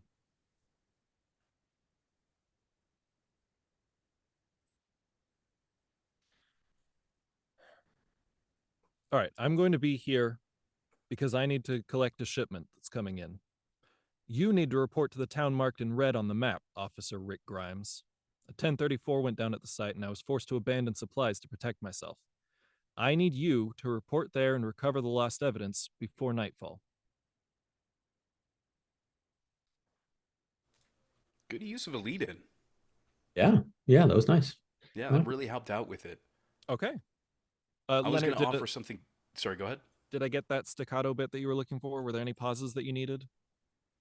Yeah, and it definitely felt like, here's a chunk, here's half a second for you to digest it, here's another chunk, here's half a second to digest it, and that's what you need when you're giving instructions. All so right. Good job. Excellent. Thanks for asking the question that prompted the lead-in, Andrew. Yeah, no problem.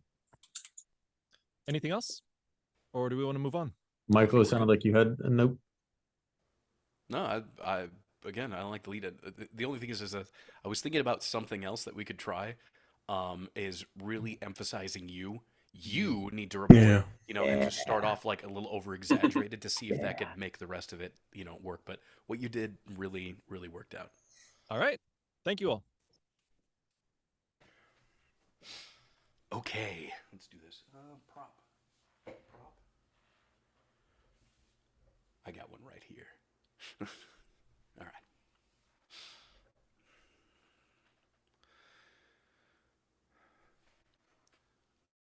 Don't think I can't see you causing problems out there. I know what you're trying, and you won't steal from me again.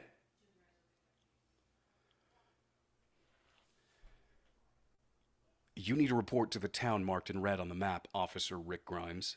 The 1034 went down to the site and I was forced to abandon supplies to protect myself.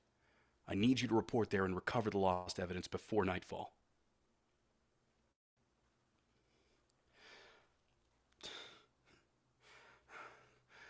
I spent so much time after. Protect. Serve. Making my fortress to protect my new friends, to protect my family. They never came back.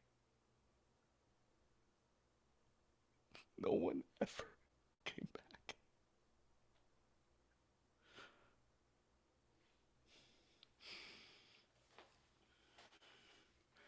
Okay, opening it up. Hi. I liked your energy in number 1. I feel like it could be turned up a little bit. Your energy, what do you mean by that? your anger could be turned up a little bit. Anger. Okay, anger. Got it. Really, I would say like the volume that anger brings could be turned up a little bit. Really big thing in number 5. You weren't true to the script. You said to protect my new friends, to protect my family. It is my new family, and that could be an important character note. Yeah.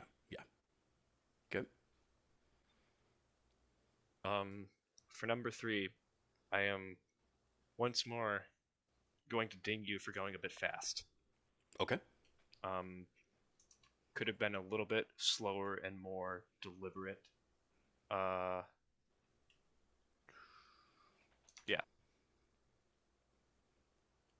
Yeah, for number 3, On I the didn't. I'll just say I didn't feel like you were talking to anyone. For 3. Okay. on the last one, just a technical note for you because you can handle this. They never came back. No one ever came back. You delivered both of those lines with the same emotional state, and I'd like the no one ever come back to either go louder or go softer or go something different. Okay. All right.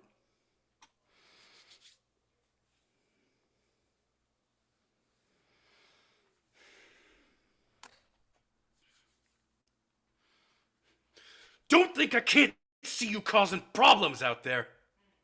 I know what you're trying. You won't steal from me again.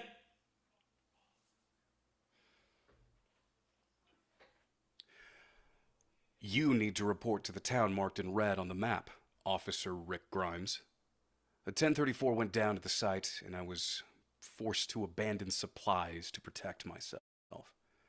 I need you to report there and recover all the lost evidence. I need you to report there and recover the lost evidence before nightfall.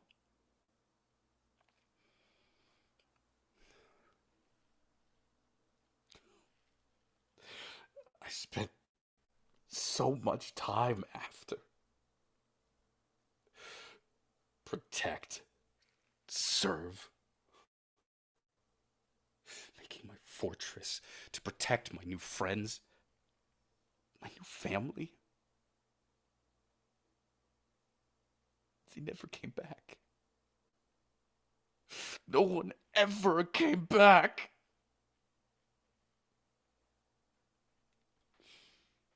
Okay. How was that? Huge improvement on 3. I like it.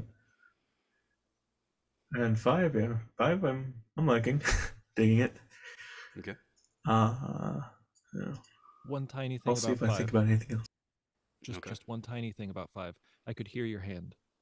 Ah, okay. You for a little bit you had it in front of your mouth and you corrected it quickly, but for that half a line I could hear it in front of your mouth. Yep. Okay. Did you mean to pause in the middle of your very first line? Don't think I can't see you causing problems out there? No. Okay, did anyone else hear that, or was that, I was heard that lag? that. I You thought heard that? it was the lag too because I heard like a little I audible heard it, but artifact. it was definitely a Zoom thing. Okay, Okay. cool. Then, because aside from that, I liked your first. Yeah. So. I do have a couple notes, little things. On 3, if you emphasize scene 3, if you emphasize the last line a little bit more, I felt like the instruction I needed to recover was almost lost a little bit in what you were doing. So be sure to emphasize, I need you to report there. You know, like Uncle Sam, I need you. But basically, just make sure that it's clear that you're giving a command. And I have a note on 5, which is much smaller. When you said my new family, it almost sounded like a question. And it might be more impactful as a statement, like the way you read Friends, because my new family, yeah, it doesn't match the tone.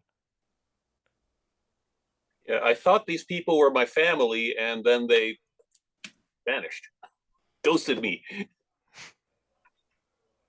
So I love what you did there on the last sentence on the last one. So good job on that.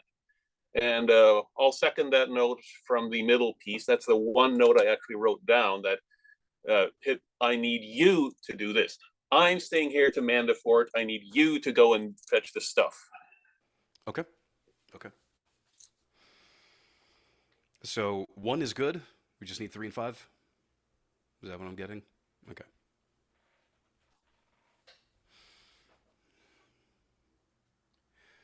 Look, you need to report to the town marked in red on the map, Officer Rick Grimes. A 1034 went down at the site, and I was forced to abandon supplies to protect myself. I need you to report there and recover the lost evidence before nightfall.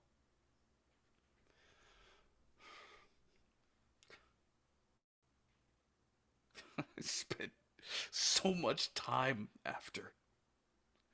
Serve. I spent so much time after. Protect. Serve. Making my fortress to protect my new friends. My new family. They never came back. No one ever came back.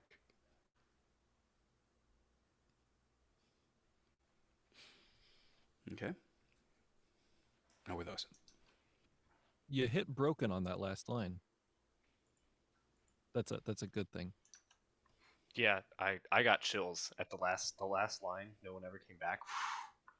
That was a good scene 5. All right. Well, 5 worked out. How did 3 work out? I think the addition of the emphasis on the last line helped to convey authority and like you were telling someone to do something a bit better. Honestly, I'm happy with it. If anyone else has anything to say. I felt you had this on the read before, you had this disdain for Officer Grimes and the sentence after, but from there on it started to sound more matter of fact, and that sense of disdain was and commanding was lost. And I didn't hear that much difference in the most recent read or the commanding line.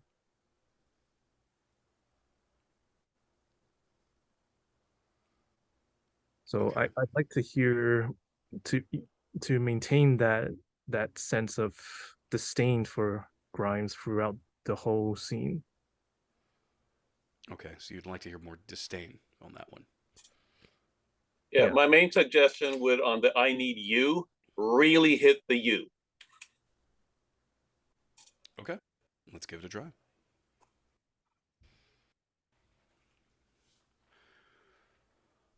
Look, you need to report to the town marked in red on the map, Officer Rick Grimes. A 1034 went down at the site, and I was forced to abandon supplies to protect myself. I need you to report there and recover the lost evidence before nightfall.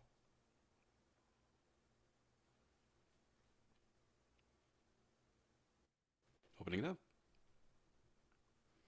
Hey, Michael, Yeah, Alice. just for my own curiosity, Okay. can we do one more take of scene 3, but this time, can you revel a little more in Officer Rick Grimes?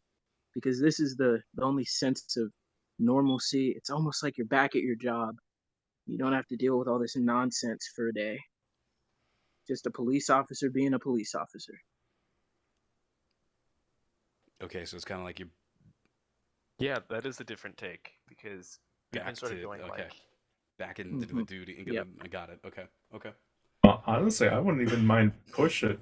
Start power tripping. Like I'm fine with that. You could be sadistic if you want. Like let's just hear We're going it. in all Let's kinds just of go. directions now. What are we doing? Is this a sense of normalcy or am I power tripping? Guy. No, This is but why we don't I have think 7 that's part of directors. it. I think just that sort of walking the line of like, man, it's good to be back. Okay. So you know what? Just to sate both of those, I'll do 2 takes, one back to back, one where it's like, all right, we're back in the saddle, everything's back to normal, and another one where it's like power tripping. Sound cool? Let's Okay. go for it.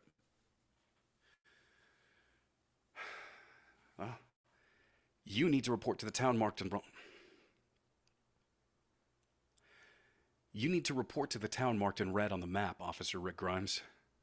A 1034 went down at the site, and I was forced to abandon supplies to protect myself. I need you to report there and recover the lost evidence before nightfall.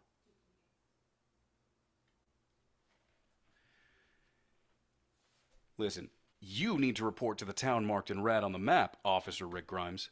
A 1034 went down at the site, and I was forced to abandon supplies to protect myself. I need you to report there and recover the lost evidence before nightfall.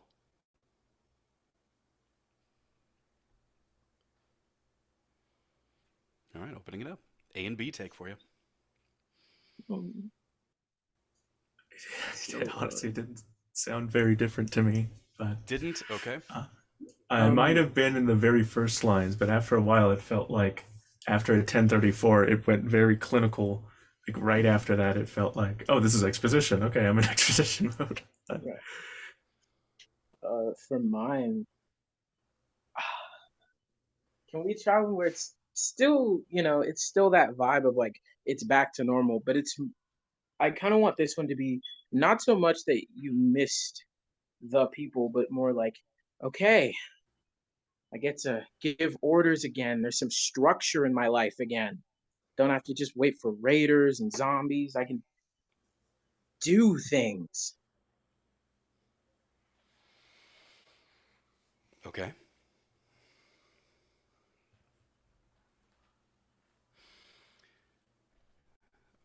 All right, well, you need to report to the town marked in red on the map, Officer Rick Grimes. A 1034 went down at the site, and I was forced to abandon supplies to protect myself. I need you to report there and recover the lost evidence before nightfall.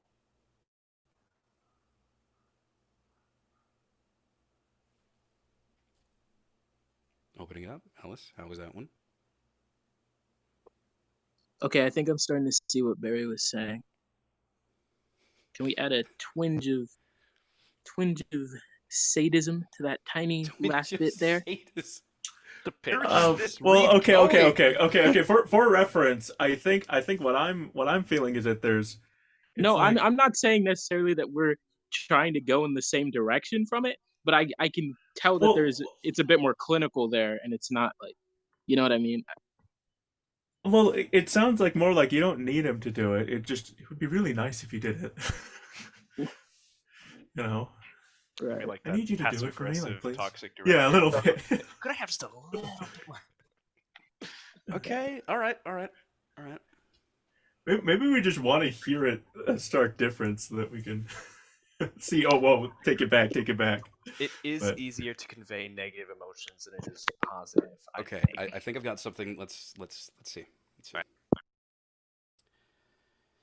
Yeah, you need to report to the town marked in red on the map, Officer Rick Grimes. A 1034 went down at the site, and I was forced to abandon supplies to protect myself. I need you to report there and recover the lost evidence before nightfall. I heard Office Space and TPS reports on that one. Lumber. I'm gonna have to ask you to come in on set. I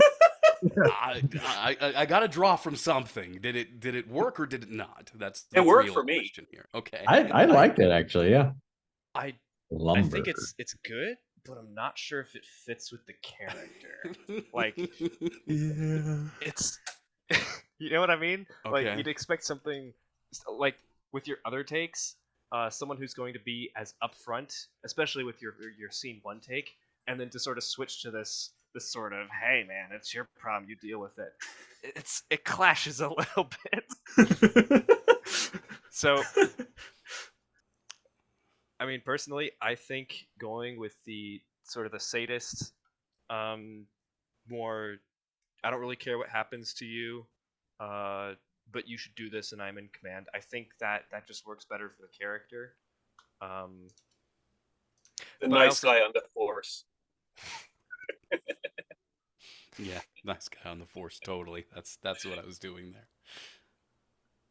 Anyway, I think I think we're good to move on. We've gotten several Yeah. good takes, Yeah. and time's ticking. Yeah, well, it We go has round been and for a round in while. circles This in is this direction. Barry, In you're up. fairness, Why I don't you did go say ahead the and result of my start? own periodic. No. All right.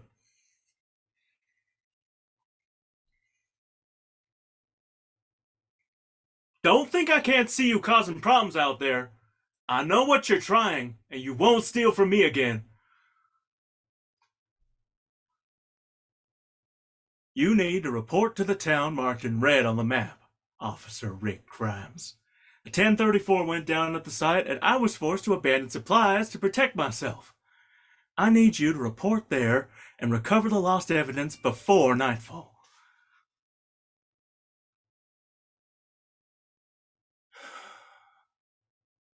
I spent so much time after. Protect, serve, making my fortress to protect my new friends, my new family. They never came back. No one ever came back.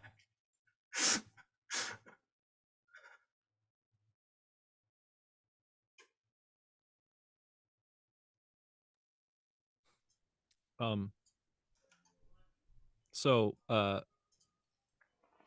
heard the voice established in number 1. You kept it going through number 3, and it stayed at a pretty steady level. You got to number 5, and I was really wondering how you were going to manage the accent with the emotion, and it kind of sounded like your character lost their teeth, like where are my dentures?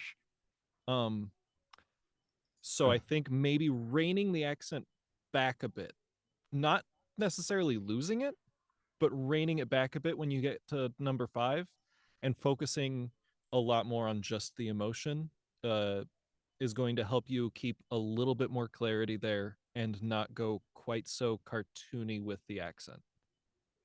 Okay. So,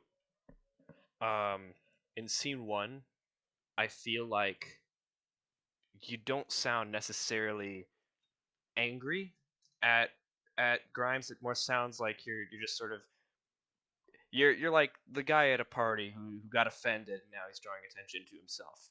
What I want is something you need to be specifically angry at Grimes. Act like he did something wrong to you.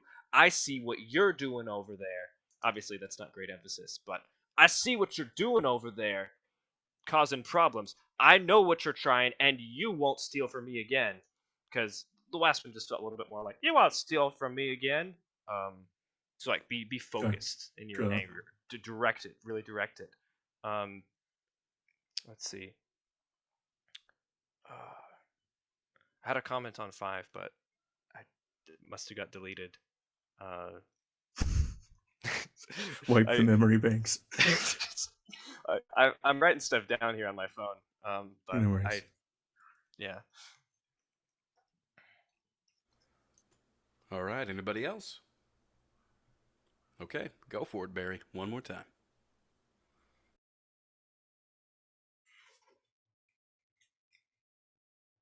Don't think I can't see you causing problems out there. I know what you're trying, and you won't steal from me again.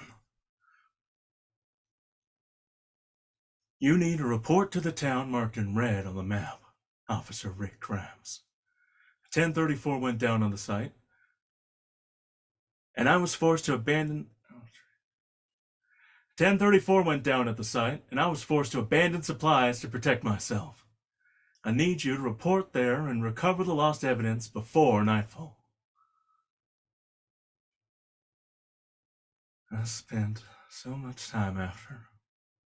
Protect, serve, making my fortress to protect my new friends, my new family. They never came back. No one ever came back.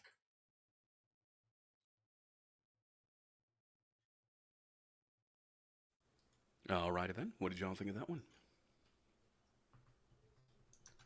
I wasn't sure where you were going to go with that penultimate line. They never came back, but you actually went even lower with it. No one ever came back. Good job. Like finding the lowest possible area in volume that could still be clear. Awesome. Glad it worked. One thing I will say though is you're dropping your performance towards the end of your lines. So like the very beginning, the first line, line one, don't think I can't see you causing problems out there. I know what you're trying and you won't steal from me again. You start off strong and then you just kind of deflate as it goes along to the very end. And So particularly with line one, you need to maintain that emotional space, that emphasis from beginning to end. It needs to be fully emphasized. Gotcha. So Like- my thought was like, he's not surprised anymore, and I was trying to like target, like he was saying before, of just like, but yeah, okay, I can try something else. I'm trying to figure out make it more pointed and not I'm shouting at a cloud. I think it just works if you carry through with the louder voice, because whenever you started to get quieter, it sounded like you used that exact same level to start the next scene, and then you went further down from there. Sort of you just slowly dropped in volume, and I think if you could try and contrast, at the very least, contrast the second sentence of scene one from scene three, they sounded very similar. Okay. As you're reading them. So just try and contrast the emotion. Yeah, I was gonna say if we could hear one without the accent, I kind of felt like Yeah, it I was. was going to try. Does anyone remember Barry's Reed? Pepperidge Farm remembers. Alright, And I'll try it, Isaac kind of had it where it was just kind of following that same voice, and it was getting quieter, whisper, older almost. So I'd love to just hear it as Barry. All right, I'll try it. One other thing, when you say Officer Rick Grimes, we all have our different take on that, but what are you trying to convey when you say that? I think I'm trying to say like, oh, you think you're an officer, huh? Are you kind of like your character's muttering it under his breath? Like Officer Rick Grimes. I think I'm trying to think of how I would explain it. I was almost thinking, oh, you're saying it in air quotes, maybe. Okay. What I'm hearing is you need to report to the town marked in red on the map. Officer Rick Grimes. Okay. Like I'm hearing that Okay. the like pseudo whisper. It's kind of under the breath, and I'm not sure if that's supposed to be like you're muttering to yourself because you hate him, or maybe you're trying to be sultry. You're trying to seduce him. But I'm not sure that it's Okay, exactly okay. what you're aiming for. Working. Okay, sure. Okay. All right, lots of thoughts. Okay. I'm gonna do it as me.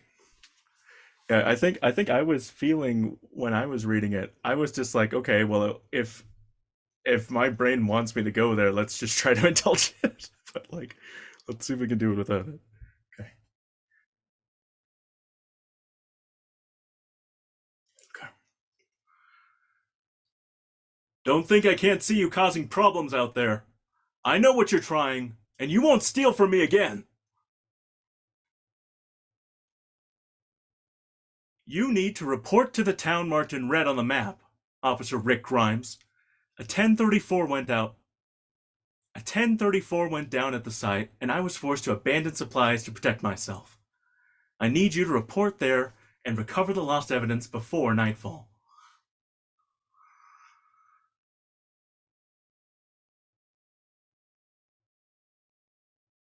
I spent so much time after. Protect. Serve. Making my fortress to protect my new friends.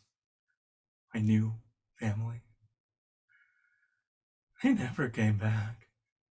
No one ever came back.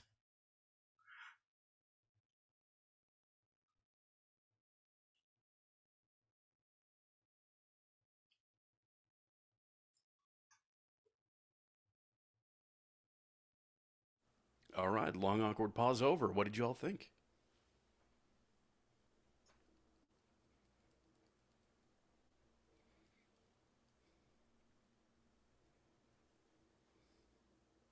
Yeah, I feel like this was better. I felt like you weren't getting caught up in trying to sort of maintain the accent and kind of push the voice a little bit. So this felt closer in that emotional range for what you're going for. Cool.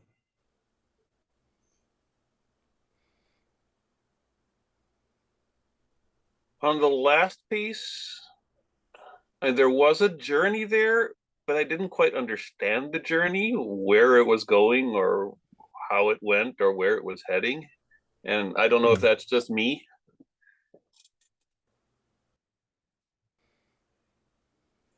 Yeah, I was trying a thing where you would like he was thinking about all he's gone through and was almost getting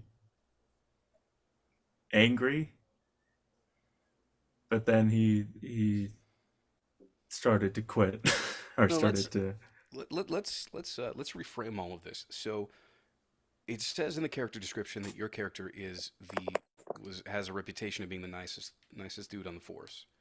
So let's approach it with that in mind. So line 1 should be approached with, I don't want to do this, but I will to protect myself. Ooh, Line okay. 3 should be, hey, I mean, I hate to have to put this on your shoulders, but I really need your help. That's why you were reading it that way. Okay. I was wondering because I see this as they were putting that there to create such a stark contrast. Like he's completely foregone that part of himself because he's broken or Well, the because thing is, of the trauma and it, like it matters. It still matters that he feels that way because of the very last lines. Clearly, what he went through is very, very impactful to him. So I would say with that last line, the overall like theme should be, why me? yeah. I'm a good guy. Why me? So Yeah. let's hear those takes. Again, I don't want to, but I will if I have to. Then the middle one, I hate to have to do this to you, but, and then finally, why me? Yeah. Just give it Yeah, it those. only makes sense if he's more less out, outwardly angry or outwardly thing. So you have to kind of even out the level. All Right. right, So let's go see. ahead. Go ahead. Let's give it that emotional space. Let's try.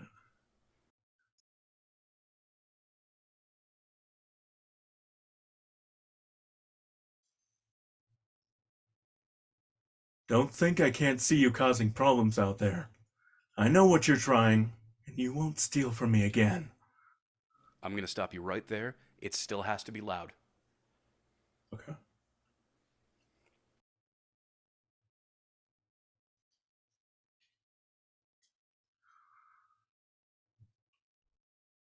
Don't think I can't see you causing problems out there. I know what you're trying, and you won't steal from me again.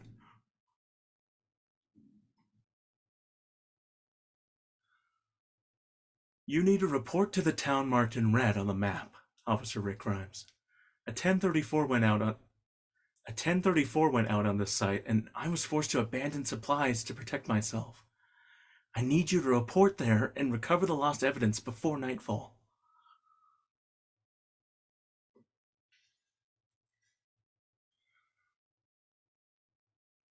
I spent so much time after.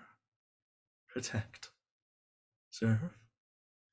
Making my fortress to protect my new friends. My new family. They never came back. No one ever came back.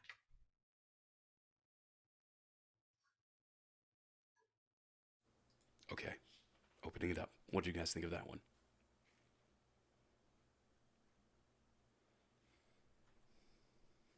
We got friendly for part 3. The commanding part. We didn't get commanding. That's my opinion. But I got like, hey, could you do me a favor? Rather than commanding should be, this is what I need you to do. Like, we're in a situation, everyone has their job, this is yours.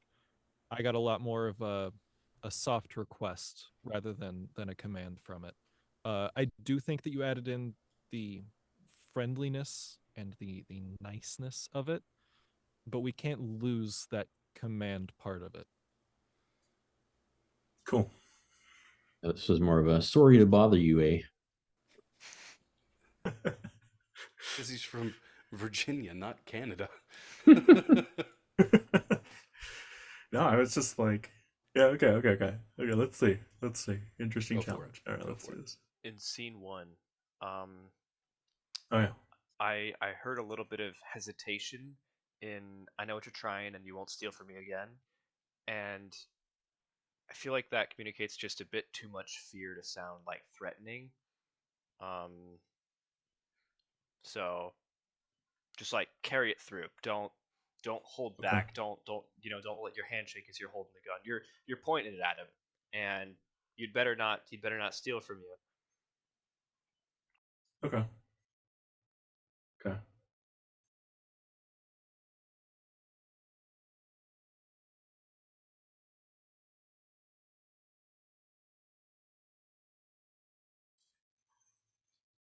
Don't think I can't see you causing problems out there. I know what you're trying, and you won't steal from me again.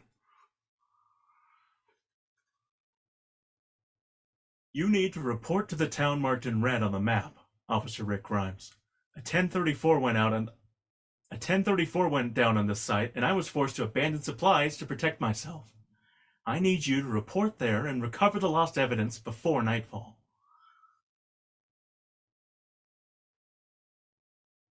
I spent so much time after protect, serve, making my fortress to protect my new friends, my new family. They never came back. No one ever came back.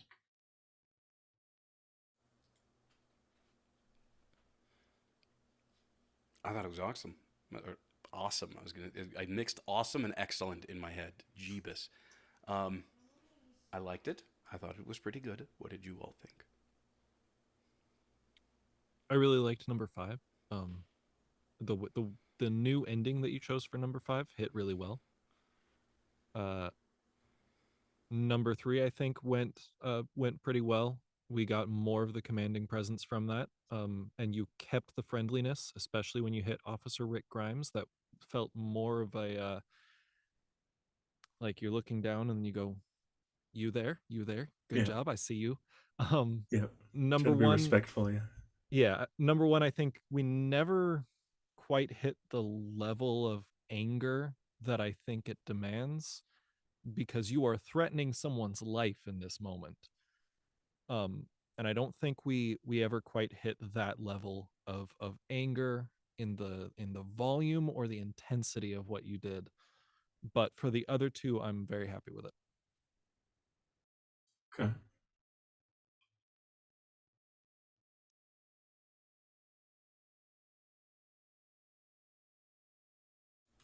So I'm hearing a retake of number 1, right?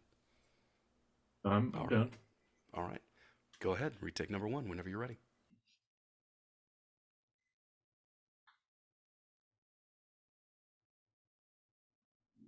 Don't think I can't see you causing problems out there. I know what you're trying, and you won't steal from me again.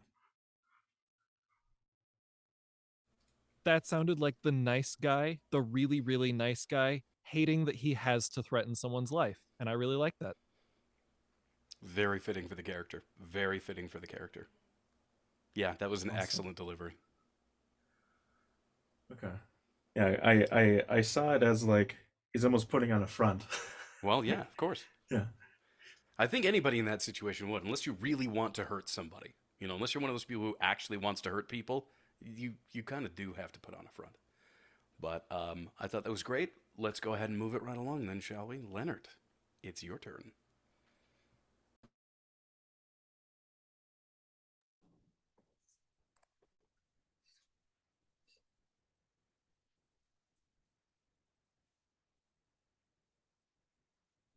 Don't think I can't see you causing problems out there.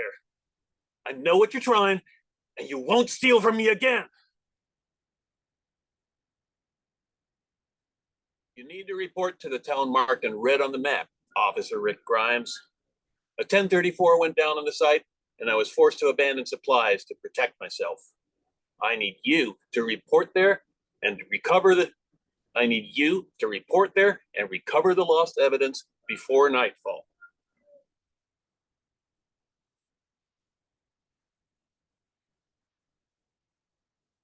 I spent so much time after protect, serve, making my fortress to protect my new friends, my new family. They never came back. No one ever came back.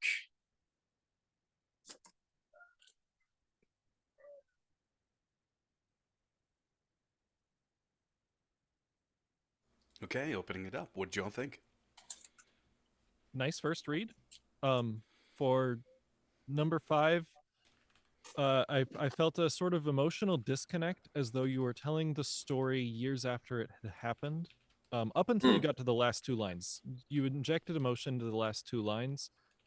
Even then, though, it felt a lot more like frustration than hopelessness and depression. But for a lot of it, it really seemed like, back then I spent so much time after that, protecting, serving, making my fortress. There's that emotional disconnect, like you're recalling past memories rather than living them in the moment. Okay.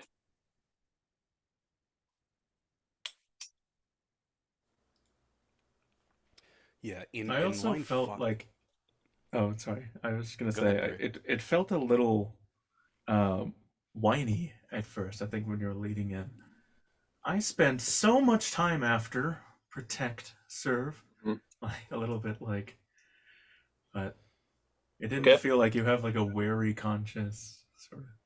Yeah. Okay. What I was going to say is approach it with a sense of bewilderment.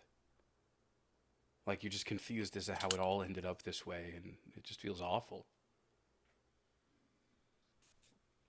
Okay. Go for it. Okay, all 3? From the top.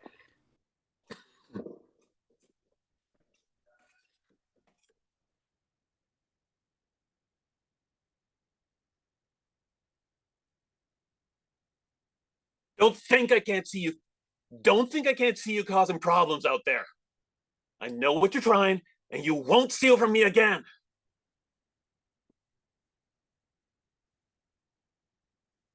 You need to report to the town marked in red on the map, Officer Rick Grimes. A 1034 went down at the site, and I was forced to abandon supplies to protect myself. I need you to report there and recover the lost evidence before nightfall.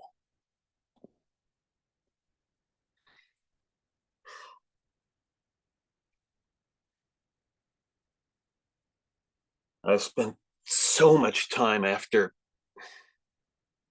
protect, serve, making my fortress to protect my new friends, my new family. They never came back.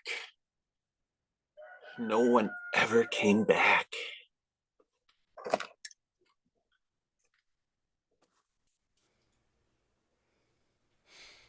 Okay, opening it up. What did y'all think? For the 5th line, I still think you didn't completely apply Alex's notes. It still sounded kind of like you're telling a story, especially the making my fortress to protect my new friends part. Okay. I think the big thing is you don't sound exhausted. Okay. That's what I was gonna say. Exhausted, slow it down maybe. Put some air into it. Make us feel that you don't have the power to fully vocalize everything, because ultimately you're saying making my fortress, but what we would probably hear from you if you were exhausted is making my fortress. You can't bring in that tone that you do so well. You need to bring it back in. I liked your approach to the first line.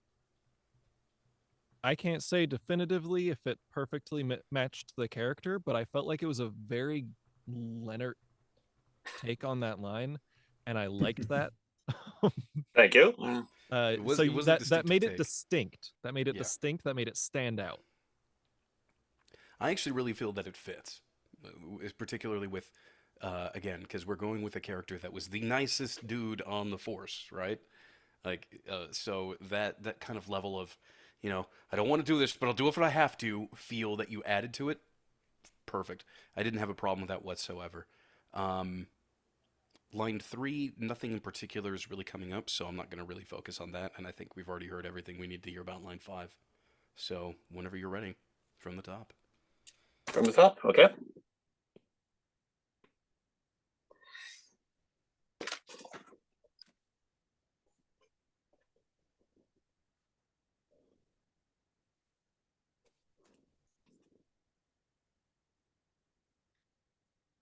Don't think I can't see you causing problems out there. I know what you're trying, and you won't steal from me again.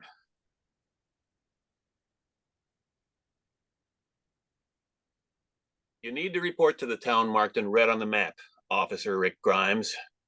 A 1034 went down at the site, and I was forced to abandon supplies to protect myself. I need you to report there and recover the lost evidence before nightfall.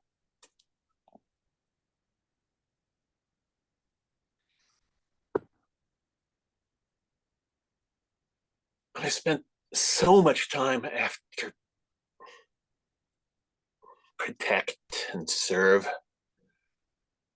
making my fortress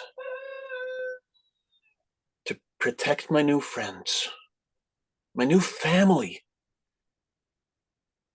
They never came back. No one ever came back.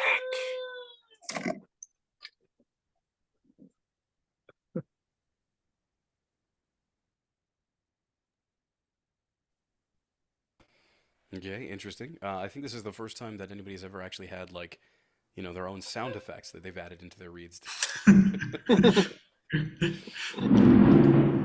Speaking of, oh my gosh, I'm dying. Okay. Anyway, thoughts? Anything? What did you guys feel about that read? I feel like 1 and 3 are pretty solid. Number 5, we're making progress towards it. I'm not sure that we're there yet. I still want more exhausted. Exhausted like you're out of breath, physically exhausted. Okay. Yeah.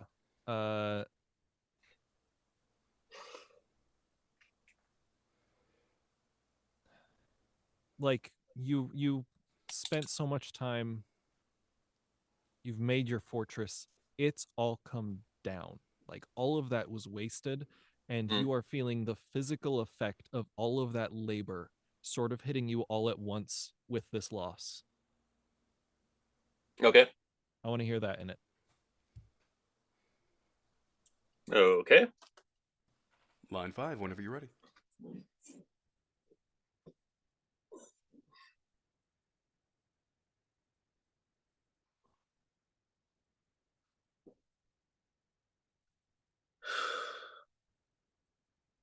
I spent so much time after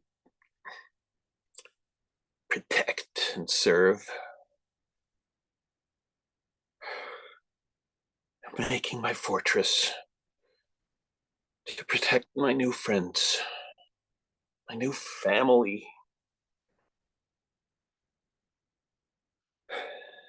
They never came back. No one ever came back.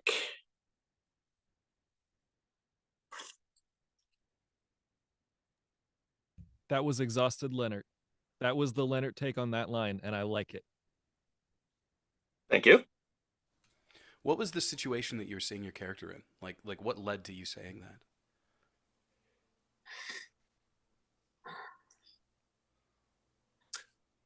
To be sure, I don't know. Okay. Yeah, it's still kind of sounding like that.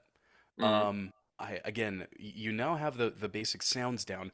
Now let's give you an actual scene to build from, something that you can draw from. So you ended up going and helping Rick try to get back your lost supplies from the mission you sent him on. You're kind of like, you know what, I can't. It was a sense of duty that you felt. I couldn't just leave him there and let him do it on his own. I know it was dangerous. I had to leave it all for a reason, and I don't want him to die. He's the only person that I've met out here who's actually been a decent human being to me. So you went, you tried to help him, and it all went wrong. Everything went wrong. You not only lost all of your supplies, but you also lost a few more of your friends along the way and barely made it out with Rick. So you are physically exhausted after running away from a bunch of walkers, and you are absolutely mentally broken because the one thing that you really felt you needed to keep going is gone. I see you played the game, Michael. I haven't actually. Ooh.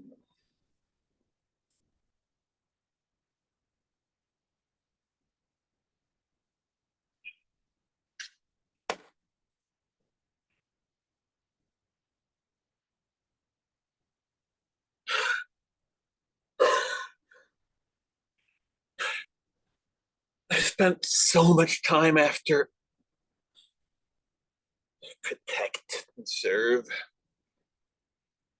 making my fortress to protect my new friends, my new family. They never came back. No one ever came back.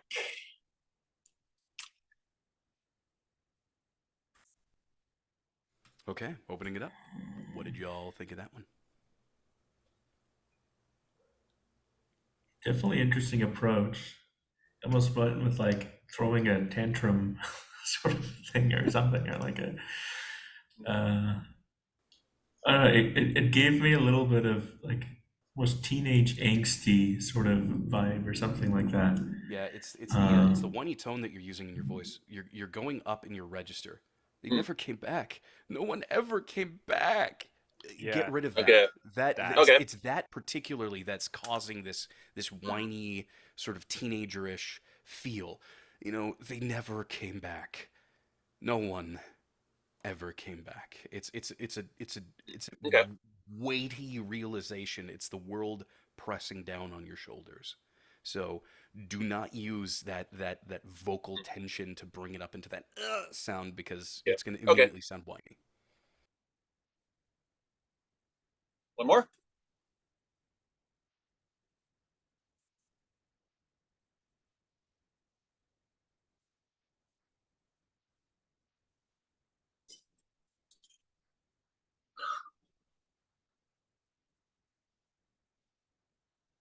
I spent so much time after protect and serve, making my fortress to protect my new friends, a new family. They never came back. No one ever came back.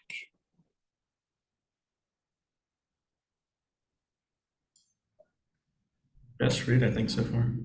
Yeah, that was your best one so far. I would like to keep tweaking it, but unfortunately, we do have to move on because we're already way over time. So, Okay. I really like that read, but if you can stick around, I'd like for you to try one more thing afterwards. Thank you. Justin, you are up. Alrighty. Last one.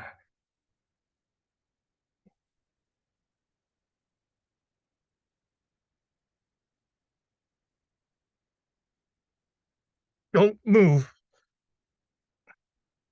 Don't think I can't see you causing problems out there. I know you're trying, and you won't steal from me again.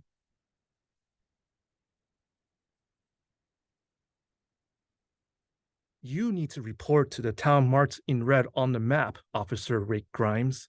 A 1034 went down at the site, and I was forced to abandon supplies to protect myself. I need you to report there and recover lost evidence before nightfall.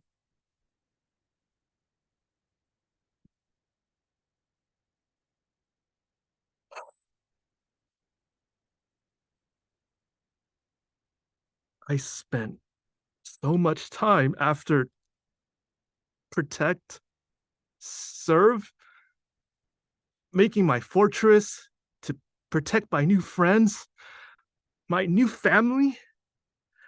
They never came back. No one ever came back.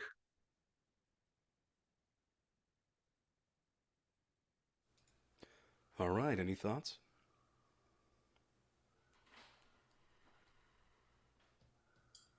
I think for that last one, I liked all the notes, but part of me just wanted it to be a little bit more quieter to give it that solemnity or something like that. I don't know. I don't know why you think it would hit harder, but that's what I kind of want. And I also liked. I think you were leading in a little tearfully. I thought that was it was nice. I liked it. Yeah, I would definitely agree with that. I think 5 was like too. I don't know. I had to use a word that Michael hates. Had too much energy to it. It was too active almost. What do you mean by energy? I felt like it was just. I think Insufficiently Barry exhausted. had it where it needed to be more solemn, more hopeless, is what I was looking for. Okay, that's what you really mean then. Huh? Yes, yes. Okay, cool. Yeah. Thank you. Thank you You're for the welcome. clarification. I You're appreciate welcome. that a You're lot. welcome. You're welcome, Michael. But 1 definitely felt like the nice guy, trying hard to not be angry, but like still needing to be, because that's just kind of the sense I got. And that was one of the first times that I felt like the commanding line actually like felt pretty good. Like it felt nice kind of leading into it, but I still felt like there was an air of authority. Like that emphasis on you, I think really definitely helped. So the only one that I think needs a little bit of retake was line 5. Okay. For the first one, it sounded to me like you didn't feel like you were in control. You were just putting on a front, trying to sound like you were in control when you didn't feel like you were in control. I'd like you to feel like you're in control. Okay. All right. I actually prefer the not actually in control, because it kind of denotes the friendly vibe. But I see where you're going. Well, maybe not so the desperation, but the actual like I don't actually want to be this mean person, right? Like it was kind of like a betrayal of who they are inside. But I'd actually like to hear that too. I'd like to hear you kind of tap into that officerness your character has and really be authoritative in that situation. Okay. So should I just do the first and the last one? Yep, first and last. Okie dokie.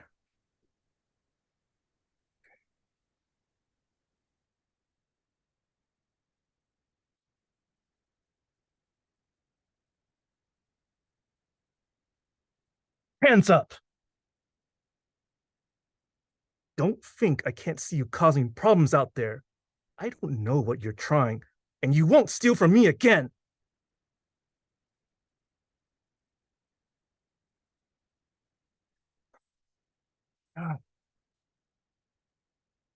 I spent so much time after protect, serve, making my fortress to protect my new friends, my new family.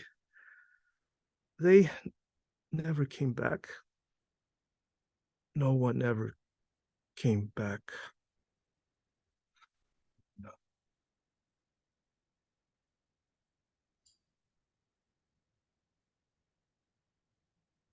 Okay, opening it up.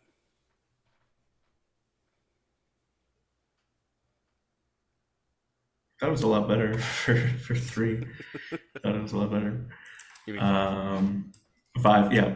Thank you. Yeah, third line. 3. Yep. And then for the first one, this first one still felt more like the interpretation of you're not in control, but you're trying to sound like you're in control. But I don't know. I mean, I like that, but if you wanted to try to have a B take that sounds more I don't know, laying down the law or something or whatever. But I would like to see if we can push it farther than it needs to go in that direction to see if we can pull it back to a happy medium. Okay. Yeah, I was definitely going to say, I think with line one, you really need to lean in onto the, being forceful about it. Keep the volume up. Don't drop down at all. Like, really, really deliver that line. Um, Hmm. and yeah, I don't have any notes that are sticking out in my head right now about line five. So, um, if anybody else Uh, does, though, go for it. yeah, on the last one, what emotions are running through you when on the words protect and serve? Desperation, a sense of why am I even doing this? What did I achieve? Trying to spend all this effort protecting my my friends and family. Okay. Yeah,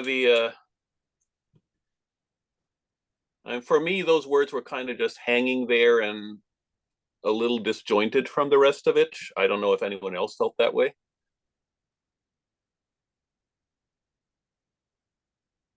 Yeah, a little bit. They didn't feel like they connected too much to what was going on.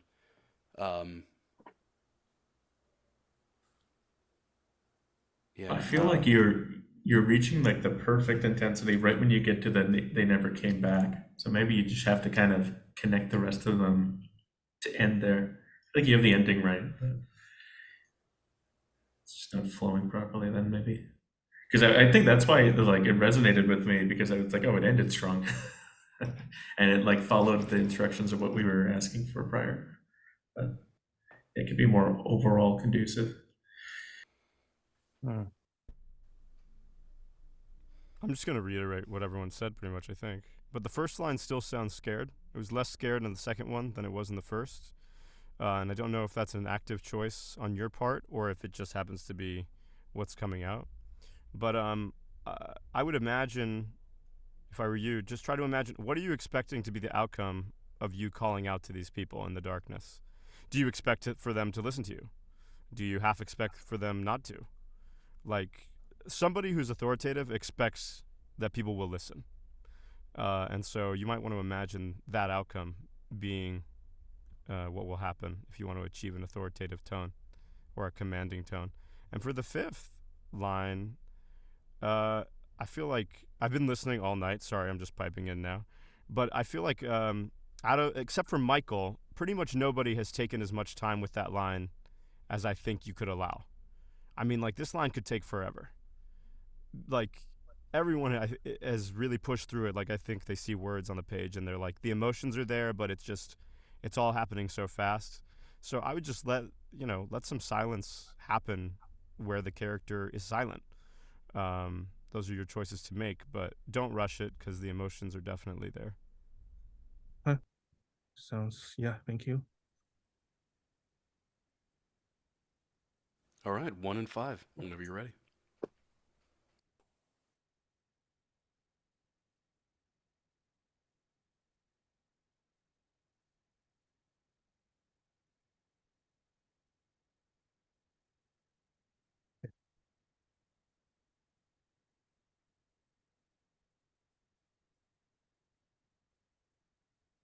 You, hands up. Don't think I can't see you causing problems out there. I know what you're trying, and you won't steal from me again. Can I stop you really quick? How far away are the people you shouting to? Uh, about 6, 7 feet. Okay. And can you see them, or is it pitch black? I can see them. Okay. It sounded like they were right next to you, or at least nearby. So you probably want to project a bit more. And if we could hear it again, I would appreciate it. Okay. I think I'm gonna toss away the pre-live. Maybe it's not helping.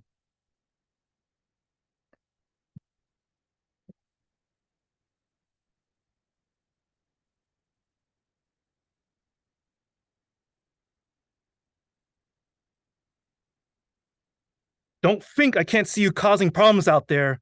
I know what you're trying, and you won't steal from me again. Sure.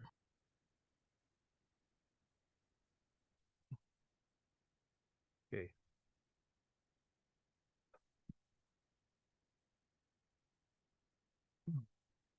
I spent so much time after protect, serve,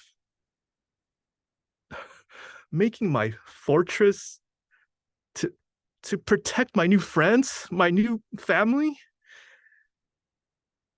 They never came back. No one ever came back.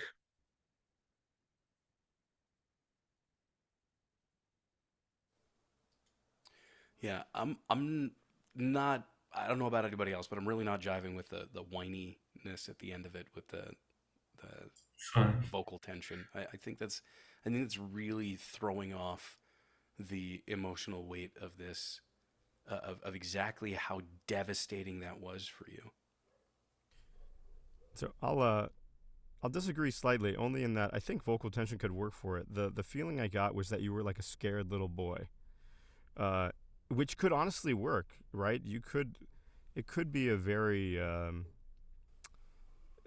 It could be a very almost juvenile moment where you feel the same kind of fear you do as a child when you don't really understand the world around you fully, and you can get very scared even at the slightest thing. Of course, this is reality, but so I feel like it's actually an interesting interpretation, but you'd have to sell it the whole way through. It kind of comes in and out, and again, for the comment about taking time, you definitely took more time, but what I say when I say take more time, I don't mean just like randomly put pauses into places because you're like, oh, I want this to be 10 seconds longer. Uh, you have to really be in character. I don't have a really better way to say it. Like, you have to be processing actively in your own mind what is going on in the scene, and that dictates where the time comes from. Are you looking at someone reacting to what you're saying? Are you thinking about what you're going to say next? Are you moving around the room? All these things take time, and you don't necessarily talk while you're doing all of it. So, don't just arbitrarily put pauses in because you need to lengthen the speech, but again, allow it to take up space based on what your character is doing in the scene. Okay. So Okay. just the last So one then? yeah, Or if you are going to go with that on line five, the everything should be a process of unraveling to get you to that point where where it's you're really broken down, and you are starting to sort of revert and cry and whine like you did. Um, let's try this at the very beginning. Start off more almost confused. I spent so much time after, protect, serve. I spent so much time after, let's say, the outbreak, after the calamity. Uh, maybe you were going to say, I spent so much time after uh, upholding or sticking to the promise that I made to protect and serve. You're trying to justify your existence as a police officer, right? Like maybe looking down at the badge or looking at the gun or whatever it is, and then you know and then it just like the dawning of how really awful the situation is keeps rolling. Making my fortress to protect my friends, my family. Like it's starting to weigh on you more and more and more as time goes on. You get what I mean? Have I confused you yet? no, but you're also saying just to do it without having the whininess to it. No, no, no. I'm saying like if you want to no, if you want to lean into that, if you want to keep doing that, which I'm not going to disagree with Mike on the fact that it's a different take for sure. I wasn't personally feeling it, but I think you could fit it in. I think you could make it work. And the way in my mind that it would work would be to start off almost bewildered and like your mental state is declining as the whole depression of the situation is rising. You see what I mean there? Like I think so. Yeah. Yeah, as you're starting to sort of Yeah. realize and recount what it is you're going through, the whole crushing weight of the whole thing is starting to come down and just tear you apart. Yeah, because I think, but for contrast, in your previous read, you were starting with the whine and increasingly getting louder and going even higher and doing, and it's like, maybe if you start off like you're not even necessarily, you're still processing things, and maybe the more you hear yourself talk, the more you can start to see, wait a minute, I did so much, and this is what happened. Okay. They never Yeah. came back. Like, Yep. I think I got it. Yep. Go for it. Okay.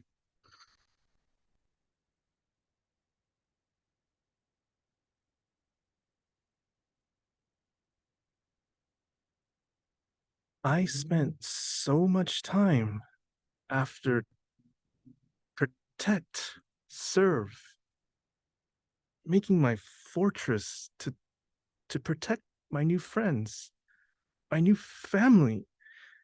They they never came back. No one ever came back.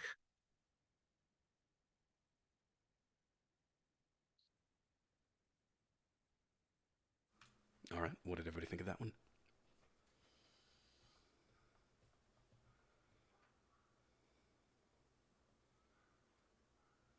I feel like that's a potentially close to the best if you go with that original interpretation that you wanted. Yeah, it felt like it had. You didn't show your hand too soon, I think, and so it didn't dictate the rest of the read because you started, uh, whatever, in a spot that didn't give you enough space to room. So I think that helped you out. I don't know what I would change.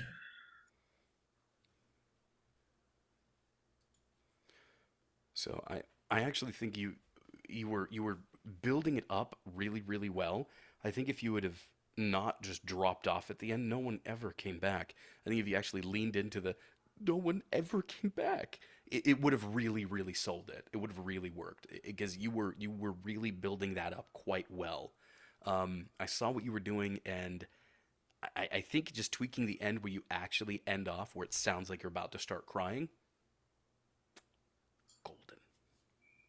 I can see that. I can see that. Okay, now I want to hear it. Do it one more time then. Prove One to more me. time. One more time, and then we're going to wrap up the stream. Okie dokie. Okay.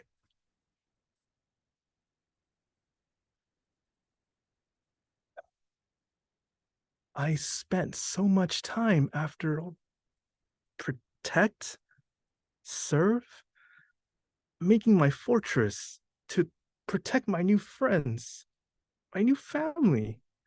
They never came back. No one ever came back.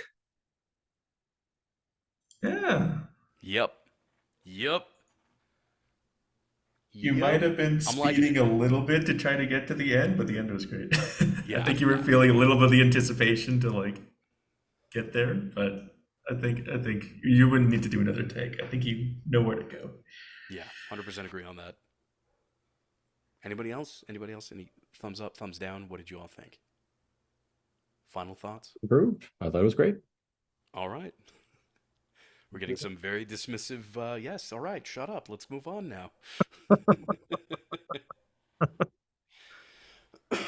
No, but you did you did a really fantastic job at taking that direction and really incorporating it. Like, yeah, it was very good.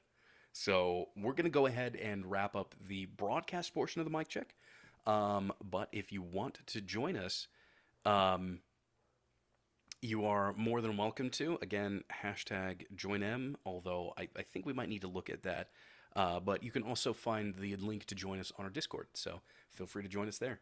Um, yeah, so we'll go ahead and call the stream here. We are going to be meeting this weekend. We are going to be meeting on Saturday.